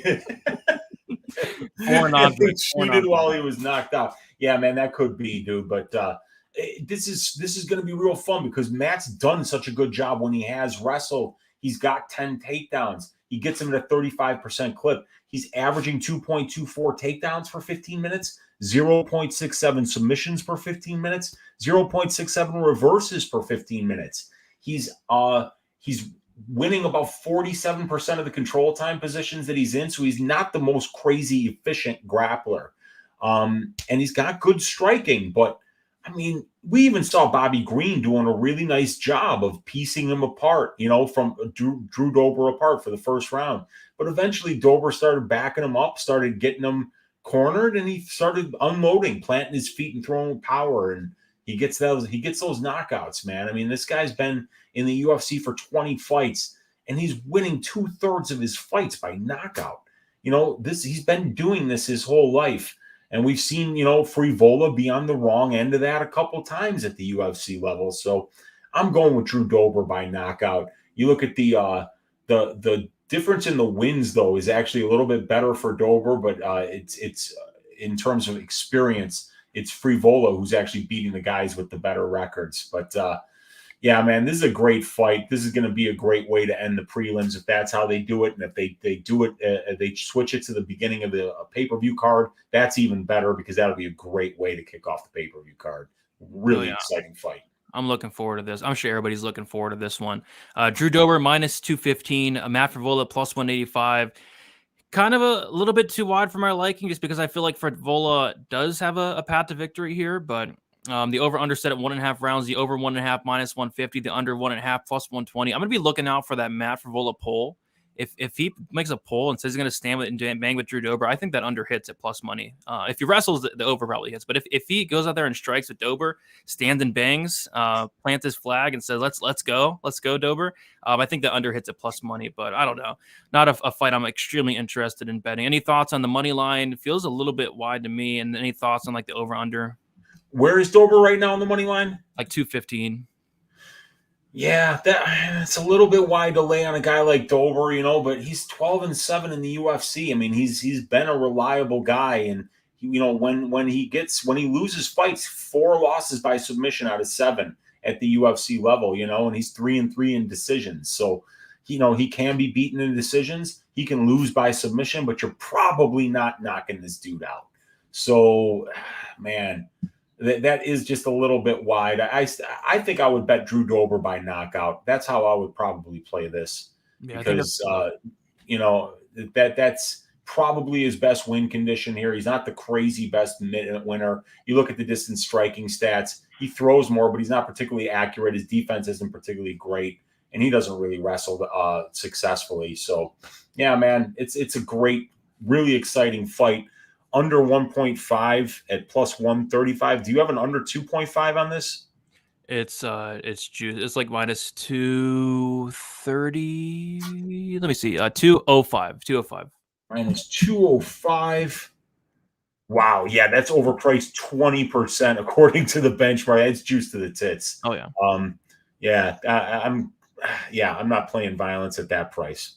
What's kind of pissing me off this week is there's a lot of violent spots that I like, but they're all like crazy. Like the Porter fight doesn't go like minus 600. This fight doesn't go like minus 300. Like they're all over it this week, which is annoying.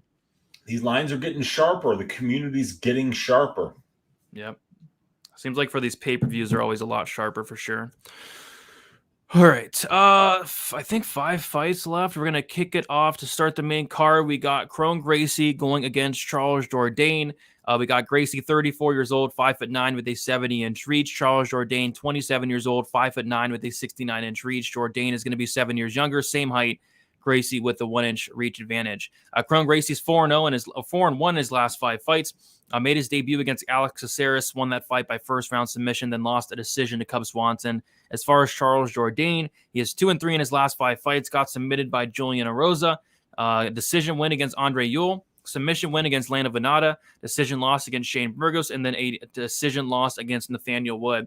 This is probably the second sketchiest fight on the card for me, Weezy, outside of like the Parker Porter fight, just due to the fact that, my goodness, we have not seen Kron Gracie. It's been like 3.5 years. It's been a very long time since we've seen Kron Gracie. Last fought against Cub Swanson a very long time ago.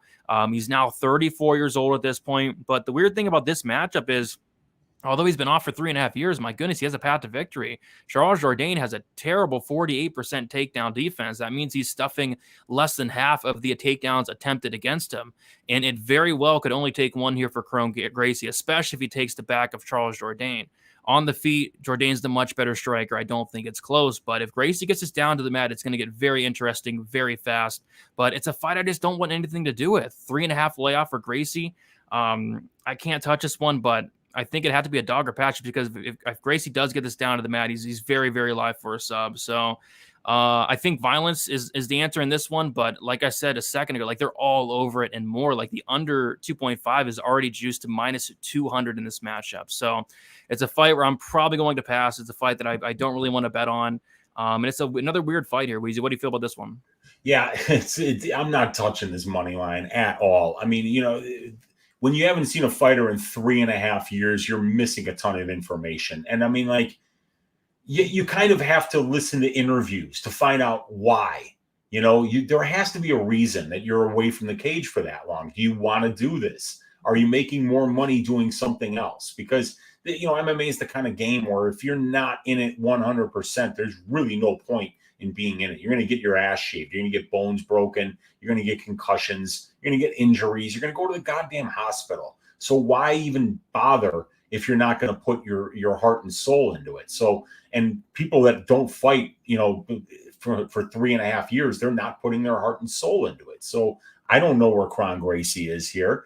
And not only that, the last performance, does this guy already have brain damage? He seriously just stood in front of Cub Swanson and struck with him for 3 rounds. And he attempted 2 half-ass takedowns in that fight.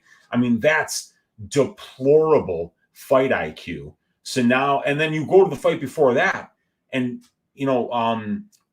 Caceres was just sloppy with one big right hook, took a big swing at a right hook, and Kron just ducked under it, got the body lock, got right to the back, and it was just a matter of time from there. And you see how beautiful his grappling is. You see how talented he is on the ground. But, I mean, how do you bet on a guy when the last time out he didn't even try to grapple and stood with a much better boxer than him, and frankly got pieced up, for a good stretch of that fight. So, and then with Jourdain, I mean, how do you bet on a guy against Kron Gracie when he can't stop a takedown to save his life? This guy only needs one. So this is just an absolute stay away. I want to highlight something here, though, that over 2.5, Brady, plus 160, right? That is a 38.5% implied probability.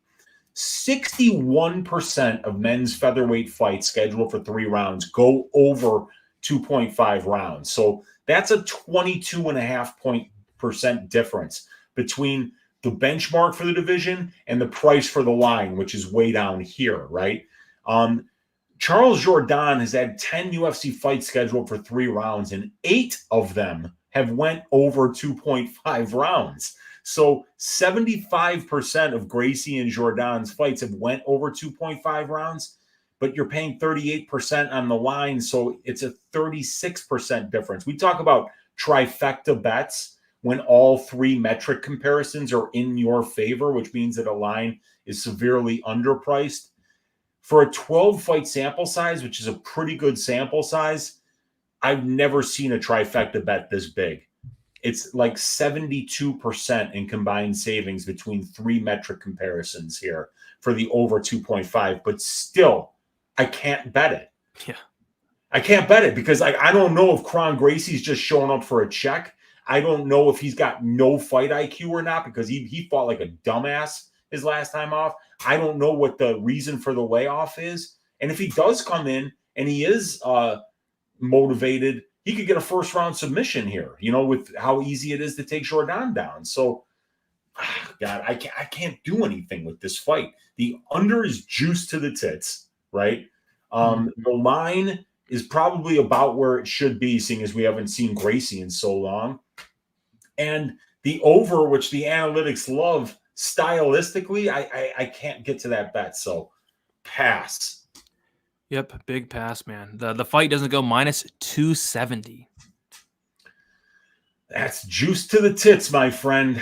We say it here, but that's what it is. Minus 270 for a guy in Charles Jourdain's fights who's only finished inside the distance in the UFC 40% of the time. You want to pay, almost 70% on the line? Yikes. Terrifying fight. I'd be terrified to have money on this fight, especially something like, I don't know. I'd be terrified to bet really anything in this fight. Maybe like Gracie submission round 1 could be something to look at, but I don't know. Even that, I have no clue about what to do in this fight. So yeah, passing is probably the best option. I think it is. I think it's a good bankroll management play. It's going to be a fun fight. It's going to be a fun fight. Enjoy the fight. See what Kron Gracie's got left in the tank at 34 as a featherweight. See if he still gives a shit. But I'm not paying to find out. Gracie inside the distance only plus 200. That's whack. So it's a pass fight for me. Yeah, weird fight, but hey, it should be interesting. All Charles Jourdain fights are very, very fun, so that should be nice. All right, Weezy, we have a very, very high level fight here between Movsar Evloev going against Bryce Mitchell. Evloev, 29 years old, 5'7" with a 72-inch reach. Bryce Mitchell, 28 years old, 5'10" with a 70-inch reach. Mitchell 1 year younger. Mitchell with a 3-inch height advantage and a 2-inch reach disadvantage. Evloev undefeated, 16-0, 5-0 in his last 5 fights. Decision win against Barzola, Grundy, Lentz, Dawadu, and Ige. As far as Bryce Mitchell, He is 15-1. He had his first loss last time out against Ilia Topuria. Prior to that, decision win against Barbosa, Feely, Rosa, and then submitted Matt Sales via twister. By the way, Parker Porter is going to get the next twister in his matchup against Braxton Smith this week. Looking forward to that. But yeah, I thought pre-tape I'd be like all in Evloev, like putting a big bet on him, maybe putting him in a parlay, but I don't know. I think Mitchell is getting a little bit counted out here. I do favor Movsar Evloev, but the thing about Mitchell is when he gets takedowns and when he gets on top, you're typically not getting up.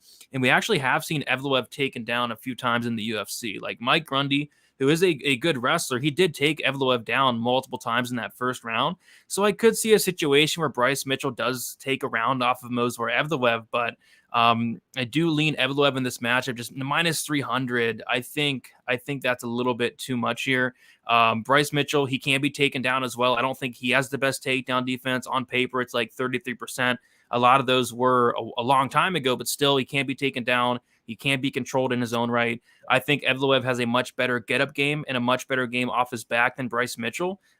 So for that reason, I like Evloev at minus 300. What are you going to do? I'm passing on this fight, but the pick for me is going to be Evloev to grind out a decision here. Weezy, what are your thoughts on this one? Yeah, I feel the same way. I kind of feel like Evloev has the better boxing, the cleaner boxing. I feel like he's got the better wrestling, right? But, if once it gets into the grappling, I could see Mitchell being the more dangerous submission grappler. I could see him being more likely to get sweeps. His striking isn't terrible. I think a lot of people just think it's really bad. But when you're fighting really good grapplers like Bryce Mitchell, sometimes they can surprise you with their striking because you're so worried about defending the takedown. But I don't think Evloev has that problem here. But yeah, I think this line is getting just a little bit disrespectful to Bryce Mitchell here. Like I say, I do favor Evloev in a lot of the strategic areas of this fight, but both of these guys have fought really good competition.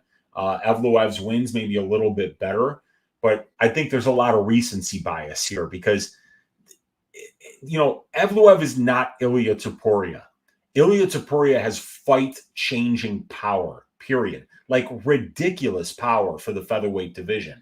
Evloev just flat out doesn't. He has no power. So this is going to be interesting because, Evloev can win it with his striking. He can win it with his wrestling and his top control. But what happens if Bryce does get takedowns? What happens if Evloev gets sloppy? What happens if, Bryce figured out how to use that length that he has to maybe use kicks to control distance a little bit better? Could be a lot closer than the line is making it look. It's making it look like this is Topuria versus Mitchell. I think Topuria is better just because of that fight-changing power that he has that we don't see from Evloev.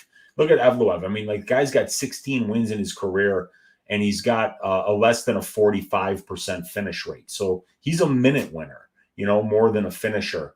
And Bryce Mitchell is the same way. Bryce Mitchell's only finished one of his 6 UFC wins. So, whoever's the better minute winner here is going to be the guy that wins the fight. And because we've seen Bryce get controlled by wrestlers like Tyler Diamond, like Moffitt, I think Evloev is definitely better than both of those guys. And, obviously Bryce has gotten better since then, but we've seen it happen to him before. So, yeah, I'm going with Evloev by decision here. I don't think he's finishing Bryce Mitchell. Nope. I don't think so either. He's not really finishing anybody. Evloev, pretty big favorite. Opened at minus 175, went all the way down to minus 300. Some money's coming back in on Bryce Mitchell as of late. Evloev's currently minus 235. Bryce Mitchell is currently sitting at plus 200. The over, of course, as you would expect, is juiced to minus 265. The under, plus 205. I think it goes over. I think it goes to decision. And I think Evloev gets it done by decision as well. But you're probably even going to lay chalk on that Evloev by decision, which I can pull up right now. Evloev by decision right now is plus minus 150. My God. 60% for the decision, bro. And I'd still probably play it. I'd still probably play it because it's like a 10% difference almost in implied probability from 75% down there to minus 150, which is 60. So yeah, it's enough of a price savings to consider it. And when you see an over 2.5 minus 265, it's telling you, look at those decision props, because you can make a little bit more money there. Yep, for sure. Yeah, another good fight, but not a fight I feel like I want to put any money on. By the way, I just want to bring this up again to get a good laugh real quick. Look at that. What's going on? Like, this picture needs to go in like a museum. Someone needs to paint this, and we need to put it in an art museum. This is the most beautiful thing I've ever seen in my life. And, and if I'm Braxton Smith and I'm really sparring with that dude, like if somebody comes in with a camera, I'm like, hey, dog, get out of here. You're not posting that shit on Instagram. Like I wouldn't want people knowing I was sparring with this dude if I was about to make my UFC debut. I don't care how good his fundamentals are. Yeah, I don't know, man, but just thought I'd pull that back up because it needs the attention. It deserves the attention, but who else deserves the attention, Weezy? The very handsome Jéssica Andrade, my friend. The very, very, very, very handsome Jéssica Andrade, who is taking on Xiaonan. We got the very handsome Jéssica Andrade, 31 years old, 5'1" with a 62-inch reach. Xiaonan, 33 years old, 5'5" with a 63-inch reach. Andrade, 2 years younger. It's going to be Xiaonan with a 4-inch height advantage and a 1-inch reach advantage. The very handsome Jéssica Andrade, she is 3-2 in her last 5 fights. TKO loss against Valentina. Knockout win against Cynthia Calvillo. A submission win against a very handsome Amanda Lemos. That was a very handsome matchup. A decision win against Lauren Murphy, and a submission loss to Erin Blanchfield. As far as Xiaonan, she is 3-2 in her last 5 fights. Decision win against Karolina Kovacevic. A decision win against Claudia Gadelha. A knockout loss to Carla Esparza. Yep, you're reading that right. A knockout loss to Carla Esparza. A decision loss against Marina Rodriguez, and then a decision win against Mackenzie Dern. I think people are a little bit low on Andrade after what happened in her last matchup. And she took that fight on very short notice, like a week's notice, and taking a fight on a week's notice against Erin Blanchfield. Just a very bad idea. She got taken down and subbed in the second round, right? This is a completely different matchup. It's a striker versus striker and grappler matchup. Andrade can do both, but I think where Andrade is going to give Xiaonan problems here is going to be in the wrestling and the grappling. We saw what happened when Carla Esparza took down Xiaonan. Xiaonan made Carla Esparza look like freaking Khamzat Chimaev in that fight. And what I like about Andrade is not only is she handsome, but she comes forward. She can wrestle, she can grapple, she can throw with power, and she can do it for the full 50 minutes. She has great cardio for the amount of power, the amount of energy she extorts into some of her shots and her wrestling. And she can go out there and get a ton of takedowns. Like against Torres, she completed like 10, 11 takedowns in that fight. And I don't see why she can't go out there and do that here. On the feet, you probably got to favor Xiaonan in terms of the minute winning. I don't like the strike and defense of Andrade, but Andrade is going to have the power. And then I just think Andrade has a clear path to victory with mixing in those takedowns, getting on top, and doing some damage, and potentially even finishing the fight. So I like Andrade here. I don't really like the line, though, but I think she does win this fight. I might be looking at like an Andrade inside the distance because I think if she does get on top, she could potentially finish this fight. So give me Andrade inside the distance. I think she has a clear path here, and that path is going to be not only being handsome, but being a very good wrestler as well. Weezy, what are your thoughts here? Yeah, first of all, shout out our guy, Mushroom MMA. He said that picture with Braxton Smith sparring that dude should be called Fighting Diabetes. Oh, my. I think great stuff. If there's anybody that you ever need somebody to name a painting for you just got to shout out my guy, Mushroom. He'll help you out. But, yeah, so look at Jéssica Andrade's takedown accuracy, Brady. I mean, and this is over a 23 UFC fight sample size. 39 of 71. So you don't usually see people getting over 50% takedown accuracy. But she's right there at 55%, averaging 2.64 takedowns per 15 minutes. She's out-controlling her opponents 26% to 10%. And then look at the numbers basically flipped on the other side, where Jan has 9% control time for her, and she's allowing 25% control time. So you see that 70% takedown defense. It's getting better, though. She handled the pressure and the takedowns Mackenzie Dern really well in their 5-round fight. But Mackenzie Dern's takedown accuracy, what, Brady? Maybe like less than 20%? I think it was it's 11%. Yeah. So I mean, that's the difference here is with Jéssica, you've got somebody that really gets those takedowns at a very high percentage and does something with them when she gets them. And yeah, it was pretty terrifying to see Jan on her back against Carla Esparza, because Carla pounded her head through the canvas. I've never seen Carla finish anybody at this level, but she destroyed Jan once she got that back to the mat. So yeah, I see why Andrade is the favorite here. But if she doesn't get takedowns, Jan's got great footwork. She's fast. She throws a ton of volume. She's throwing almost 5 more distant strike attempts per minute than her opponents. She's landing almost 3 more distant strikes per minute than her opponents do. A 65% striking defense. She's doing really well on the feet. And she's gotten better at keeping fights on the feet when her opponent wants to take it to the ground, because when you get served, frankly, like she did against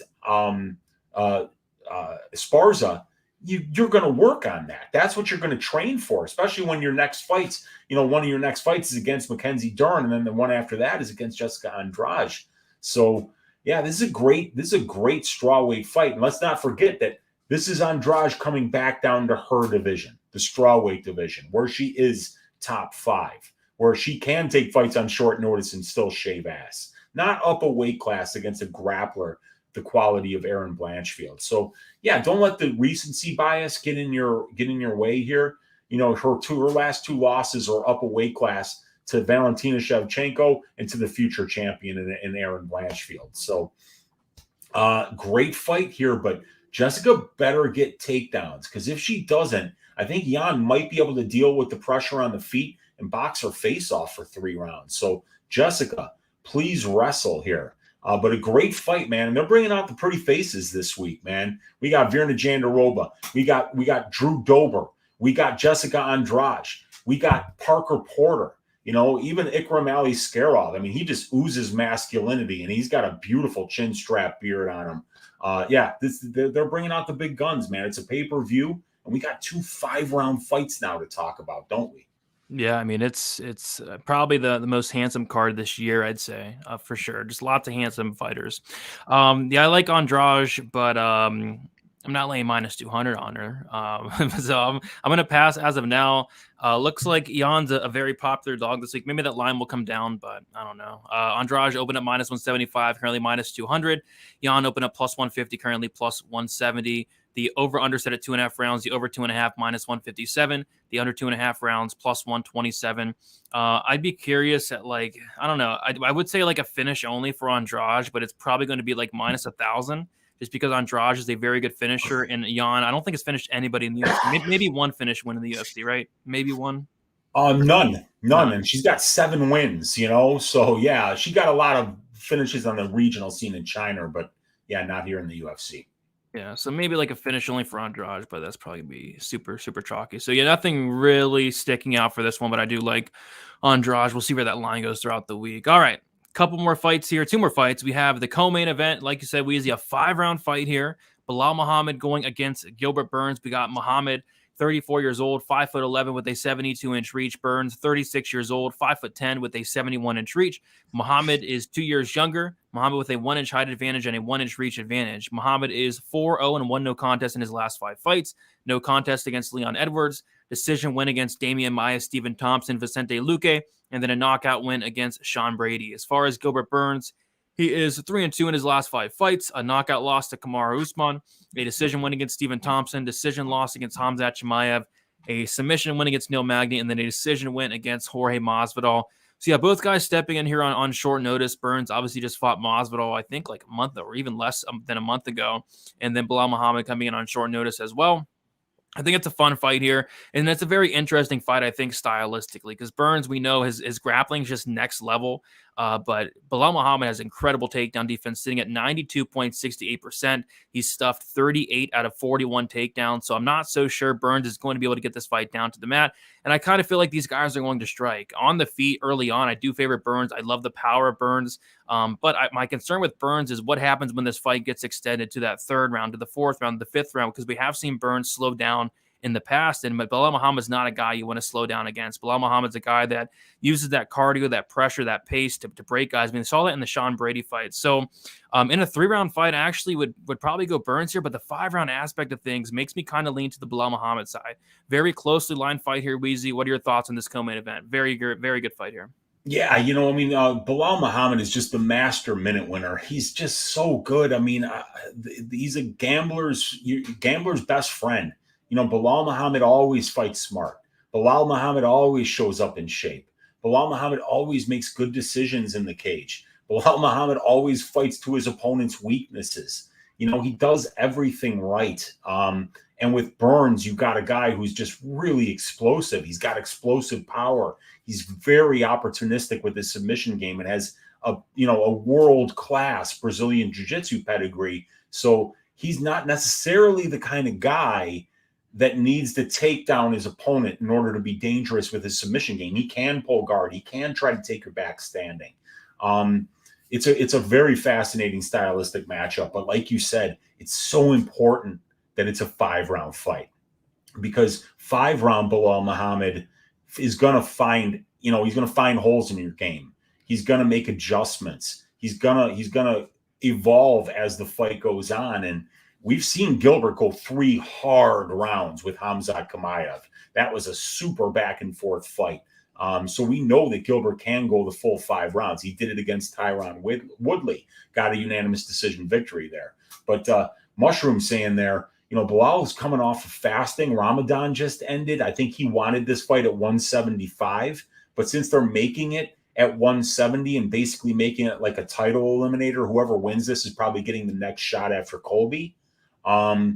This has got to be at 170 pounds. So you got him coming off of fasting, and it's a super quick turnaround here for Gilbert Burns. Gilbert Burns just fought Masvidal here on April 8th. I mean, April still isn't even over yet, So you're talking about four weeks, and you're going to have 2 fights, and one of them went to decision already. So he's already fought 15 minutes in the last month. He took some shots. He ate some shots there, not a lot, but that makes a difference. 2 weight cuts in a month makes a difference. So the analytics, Brady, really like the under here. So check this out. 4 combined fights for Muhammad and Burns that have been scheduled for 5 rounds, and 2 of them have finished inside the distance. The under 4.5 rate at 170-pound 5-round fights is 46.27%. We're only paying 44%.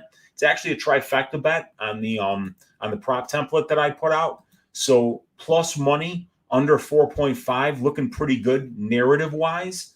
You could get a Gilbert Burns knockout or submission. And shit, we saw Belal flash some power against Sean Brady. Haven't seen him do that yet. Now that could be a new wrinkle to the game, man. And we know that takedown defense is really, really good. I wish I got in on Belal at that bigger plus money number. I don't know what the hell I'm waiting for. And let me just, I told this to Brady a few days ago. Man, when you see a line you like, don't think about it anymore. These lines are getting much sharper. They're moving a lot faster.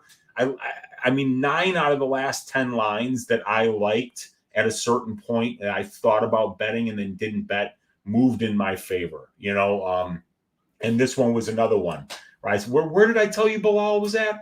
I called you, didn't I? Like I tell you, he's 140 or something. Dude, he was like sitting at 150 on DraftKings like a week ago. And like we were talking about it, and I didn't. Did you pull the trigger? No, I was like, this might be my biggest underdog bet ever, and I didn't. And we both didn't pull the trigger, and then we like it's always you or me who's like, fuck, it's plus 135 now. Should we get in now? Maybe money will come back in. Then before you know it, he's plus 110, and you're like, we completely blew it. Yeah. I like Belal here, man. It's a 5-round fight. I can just trust this dude to do all the right things. Sometimes he's just going to not be the best man on that given night, but that's only happened 3 times in 26 fights for Belal, so I'd ride with him here. Yeah, I might like bet Belal and then maybe bet like the fight doesn't go because I think it's Burns could absolutely win, or I don't want to say absolutely because Belal does have a very good chin. He's been knocked out, I think, once by Vicente Luque a while ago. But if Burns does win, I kind of see it being a knockout. He does have power, maybe a club and sub. And if Belal does win, I kind of lean decision, but maybe like a late finish could be in place as well. And by the way, sorry guys in the chat, Weezy, we're mentioning the very handsome fighters, and we didn't even mention a very handsome fighter. And that is Zhalga Sumagulov. Oh, yeah. I mean, well, I mean, 7 wives. There's 7 more coming, you know? I mean, when you look like that, the women just come out of the woodwork looking for you. So, yeah, man. Zhalga's so handsome that the judges hate him. I mean, it doesn't get more handsome than Zhalga Sumagulov. Yeah, yeah. It looks like a beautiful decor in that room, too. Look at the curtains, you know. We got the embroidery on the chair there, the wallpaper. These are classy people. Yep, and there's him again. You got that's Demir. Oh no, that's Zhalga's Demir and Islam. Okay, yeah. What a picture, man. Yeah, Kazakhstan, stand up, man. Heck yeah. But yep, leaning Belal plus money, and then leaning that fight isn't go. I'm sure we'll talk about it more for some probability tomorrow as well. Absolutely, yeah. It's it's a good fight, and the analytics love it. There's the analytics love a couple spots. We'll see if I wind up betting them though. Yeah, for sure. All right. We'll move on to the main event, though. Before we do so, if you guys can please smash the like button, subscribe here to Pub Sports Radio. We go live every Sunday for some stat diggers. We're about to break down this main event. We have Aljamain Sterling going against Henry Cejudo.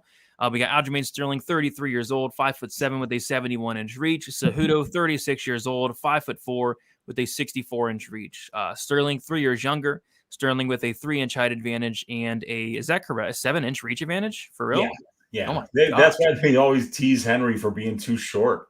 Holy crap, that's not good. Sterling is 5-0 in his last 5 fights. Decision win against Munoz, submission win against Sandhagen, disqualification win against Petr Yan, illegal knee, split decision win against Petr Yan, and then a knockout win against TJ Dillashaw. Henry Cejudo 5-0 in his last 5 fights. Decision win against Pettis. Demetrius Johnson knockout win against Dillashaw, Marlon Moraes, and Dominic Cruz. This is a fight that I really want nothing to do with. And I know, everybody wants to always bet the main event, but this is a fight I just can't touch. Henry Cejudo has not fought in 3 years. And I'm a huge Aljamain Sterling hater. I always pick against this guy. But I don't know. He's been more active. He's looking better than ever. He has a massive height and reach advantage in this matchup, and I just don't like the fact that Cejudo's coming off this much of a layoff. What's he been doing? He retired. He has not seen this guy in 3 years, so that scares me. And then stylistically, like Sterling's the guy that typically wants to take it down to the mat. You're not taking down Henry Cejudo. It's not going to happen. This guy's a 93% takedown defense. These guys are probably going to strike for the majority of the fight, and when they do, it's going to be Sterling with the volume, the height, the reach, and it's going to be Cejudo with the leg kicks, the power as well. I think it's a close fight, and especially with Cejudo coming off of a massive layoff, just makes this fight so much tougher to call for me. So it's a fight I'm really struggling to get a read on, and maybe I should just be done, Weezy. I think I should be done betting Aljamain Sterling fights because obviously I can't get this guy right. Like I picked against him against Sandhagen, Petr Yan both times. And I even picked an injured TJ Dillashaw to go out. I didn't know he was injured at the time, but an injured TJ Dillashaw to go out there and beat Aljamain Sterling. So obviously I can't get this guy right. I'm not betting on this fight. Sketchy fight, sketchy main event, great main event, but sketchy main event to bet on. A lot of unknowns.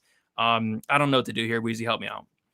Yeah, you know what I mean? Like, I'm probably going to break down this fight the same way I broke down the fight when I told you TJ Dillashaw was going to beat Aljamain Sterling. Because what did we see out of Dillashaw over his whole career? Nobody's taking him down and holding him down. So I'm like, well, if Aljamain Sterling can't take you down and hold you down, now you're counting on Aljo to win a striking battle. And, against Petr Yan, you don't expect that, right? Maybe against TJ Dillashaw, he could pull it off, but probably not. Dillashaw's got great striking. And then what happens, dude? Like, he got to TJ's back like 8 seconds into that first round. And I was like, you got to be fucking kidding me. Because I said all week, look at TJ Dillashaw's control time allowed. Well, look at Look at Henry Cejudo's control time allowed. This is a guy who's fought Demetrius Johnson twice. 1.51% control time allowed. He wins 94% of the control time positions that he's been in. He's a gold medal winning wrestler. I mean, the guy is as good as it gets on the mats. Freestyle wrestling. I mean, he's the best in the world at one point. So, and Aljamain Sterling is one of the best MMA grapplers on the planet. And he's got that length that you can't teach, especially at this bantamweight division. He's listed at 5'7". I think he's probably taller than 5'7". He's going to be a lot bigger and a lot longer than Henry Cejudo. Not that much younger, though. About 2.5 years younger. So it's not a big age gap here. But like you said, dude, who would you favor in this fight if you knew that this was going to be a 15-minute striking match? Probably Cejudo. Probably. Yeah. And I kind of feel the same way. And guess what? Who says Cejudo can't take Aljo down? He could if he wants to. He could do it whenever he wanted to, because Aljo would probably kind of welcome it.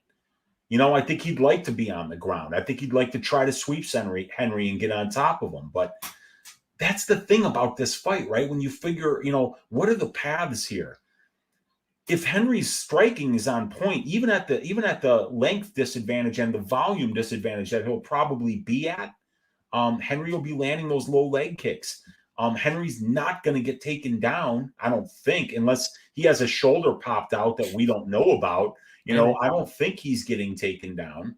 And I think that if Henry at any point in this fight says, you know what, I don't like what this guy is doing to me on the feet, he can get a takedown and win minutes on top. So, I mean, I've been wrong so many goddamn times with Aljamain Sterling. So, like you, dude, I don't really see myself running to the window to bet this fight. But no. The stats love the unders, Brady, on this one, dude. We got 8 combined 5-round fights for Sterling and Cejudo. 75% of those, 6 of them, have finished inside the distance and under 4.5 rounds. But yet, on the under 4.5, we're only paying plus 120. So that's a 45% implied probability. But 75% of these guys' combined fights have finished under 4.5 rounds. 30% break there. That you don't see, you know, divergences that big in your favor usually. The under 4.5 rate at 135 pounds for 5-round fights, Brady, is 60%. And we're only paying 45% here. And we got a submission ace and a guy coming off a 3-year layoff and coming off a retirement. So, yeah, man, I think I might bet the under here at plus 120 for the under 4.5. The analytics certainly love it. And I think some of the narrative sides of this fight love it as well. And I kind of like the Cejudo. Where's Cejudo's money line at right now? It's just a pick 'em. Okay. I think I would lean Cejudo here, but I don't think I'm betting it at a pick 'em simply because Aljo's been active. Aljo's been winning. Aljo's got great grappling. He's the much bigger, longer guy. He throws more volume. He's younger, and he's the better submission grappler. So I'm not. I would want plus money on Cejudo, especially coming after this layoff. So maybe even at this line, maybe I'd rather bet Aljo. I don't know though, man. I'm not running to the window for this one, like you. Yeah, I can't touch. There's always some shenanigans going on in Sterling fights, like Dillashaw coming in there with an injury, Petr Yan disqualification, a decision win where I thought he lost against. There's always some shenanigans going on. I don't like shenanigans. I don't like betting shenanigans, Weezy. No, I don't like it either, man. You know, and it's not that long ago that Brian Caraway fucking styled on Sterling on the ground and beat him there, you know? So Brian Caraway can take you down and wrestle you and beat you. I think Cejudo can too. So, god damn, I don't want to bet this fight. What a mess. What a mess. I wanted to see like Sean O'Malley going against Sterling. I think that would have been a really, really fun fight. Like Sean O'Malley, Sterling, but Cejudo's coming back after a big layoff. We'll see if we can get his belt back. That'd be pretty cool to see. Absolutely. Fight ready, stand up. Looking forward to seeing this one. Looking forward to see Triple C back in there talking some shit. It's going to be a fun build up to the fight. Two super high-level grapplers in this one. Great 5-round way to end this card. Yes, sir, Weezy. I'm looking forward to it. Yeah, Weezy. Lastly, just any final thoughts on the card as a whole, and then let people know where they can find you, and then your plans for this week for some content. Man, I love that picture. That picture called "Fighting Diabetes" right there, by according to my man Mushroom, and I love it, dude. Yeah, this card. You said it to me, and I agree with you, Brady, that you're like, this is a great. Like, I feel great about my picks on this card, but not about the money lines. Like the guys that I'm picking, I don't think I like their money lines. So it might be hard to find spots here. So I'm going to definitely kind of dig in as much as I can and try to find some submission props, KO props, decision props, over-unders that make more sense in betting some of these money lines that are going to be sharp because it's a pay-per-view card, because we've got big sample sizes for a lot of these guys. These lines are going to be sharp. So we're going to have to do a little bit of extra digging this week to find the value. But that's what we do every week, Brady. And if you want to dig for some value, come join us tomorrow, Monday night, 7 o'clock Central Time, or 6 o'clock Central Time, I think. Yes, sir. No, not even. I don't know.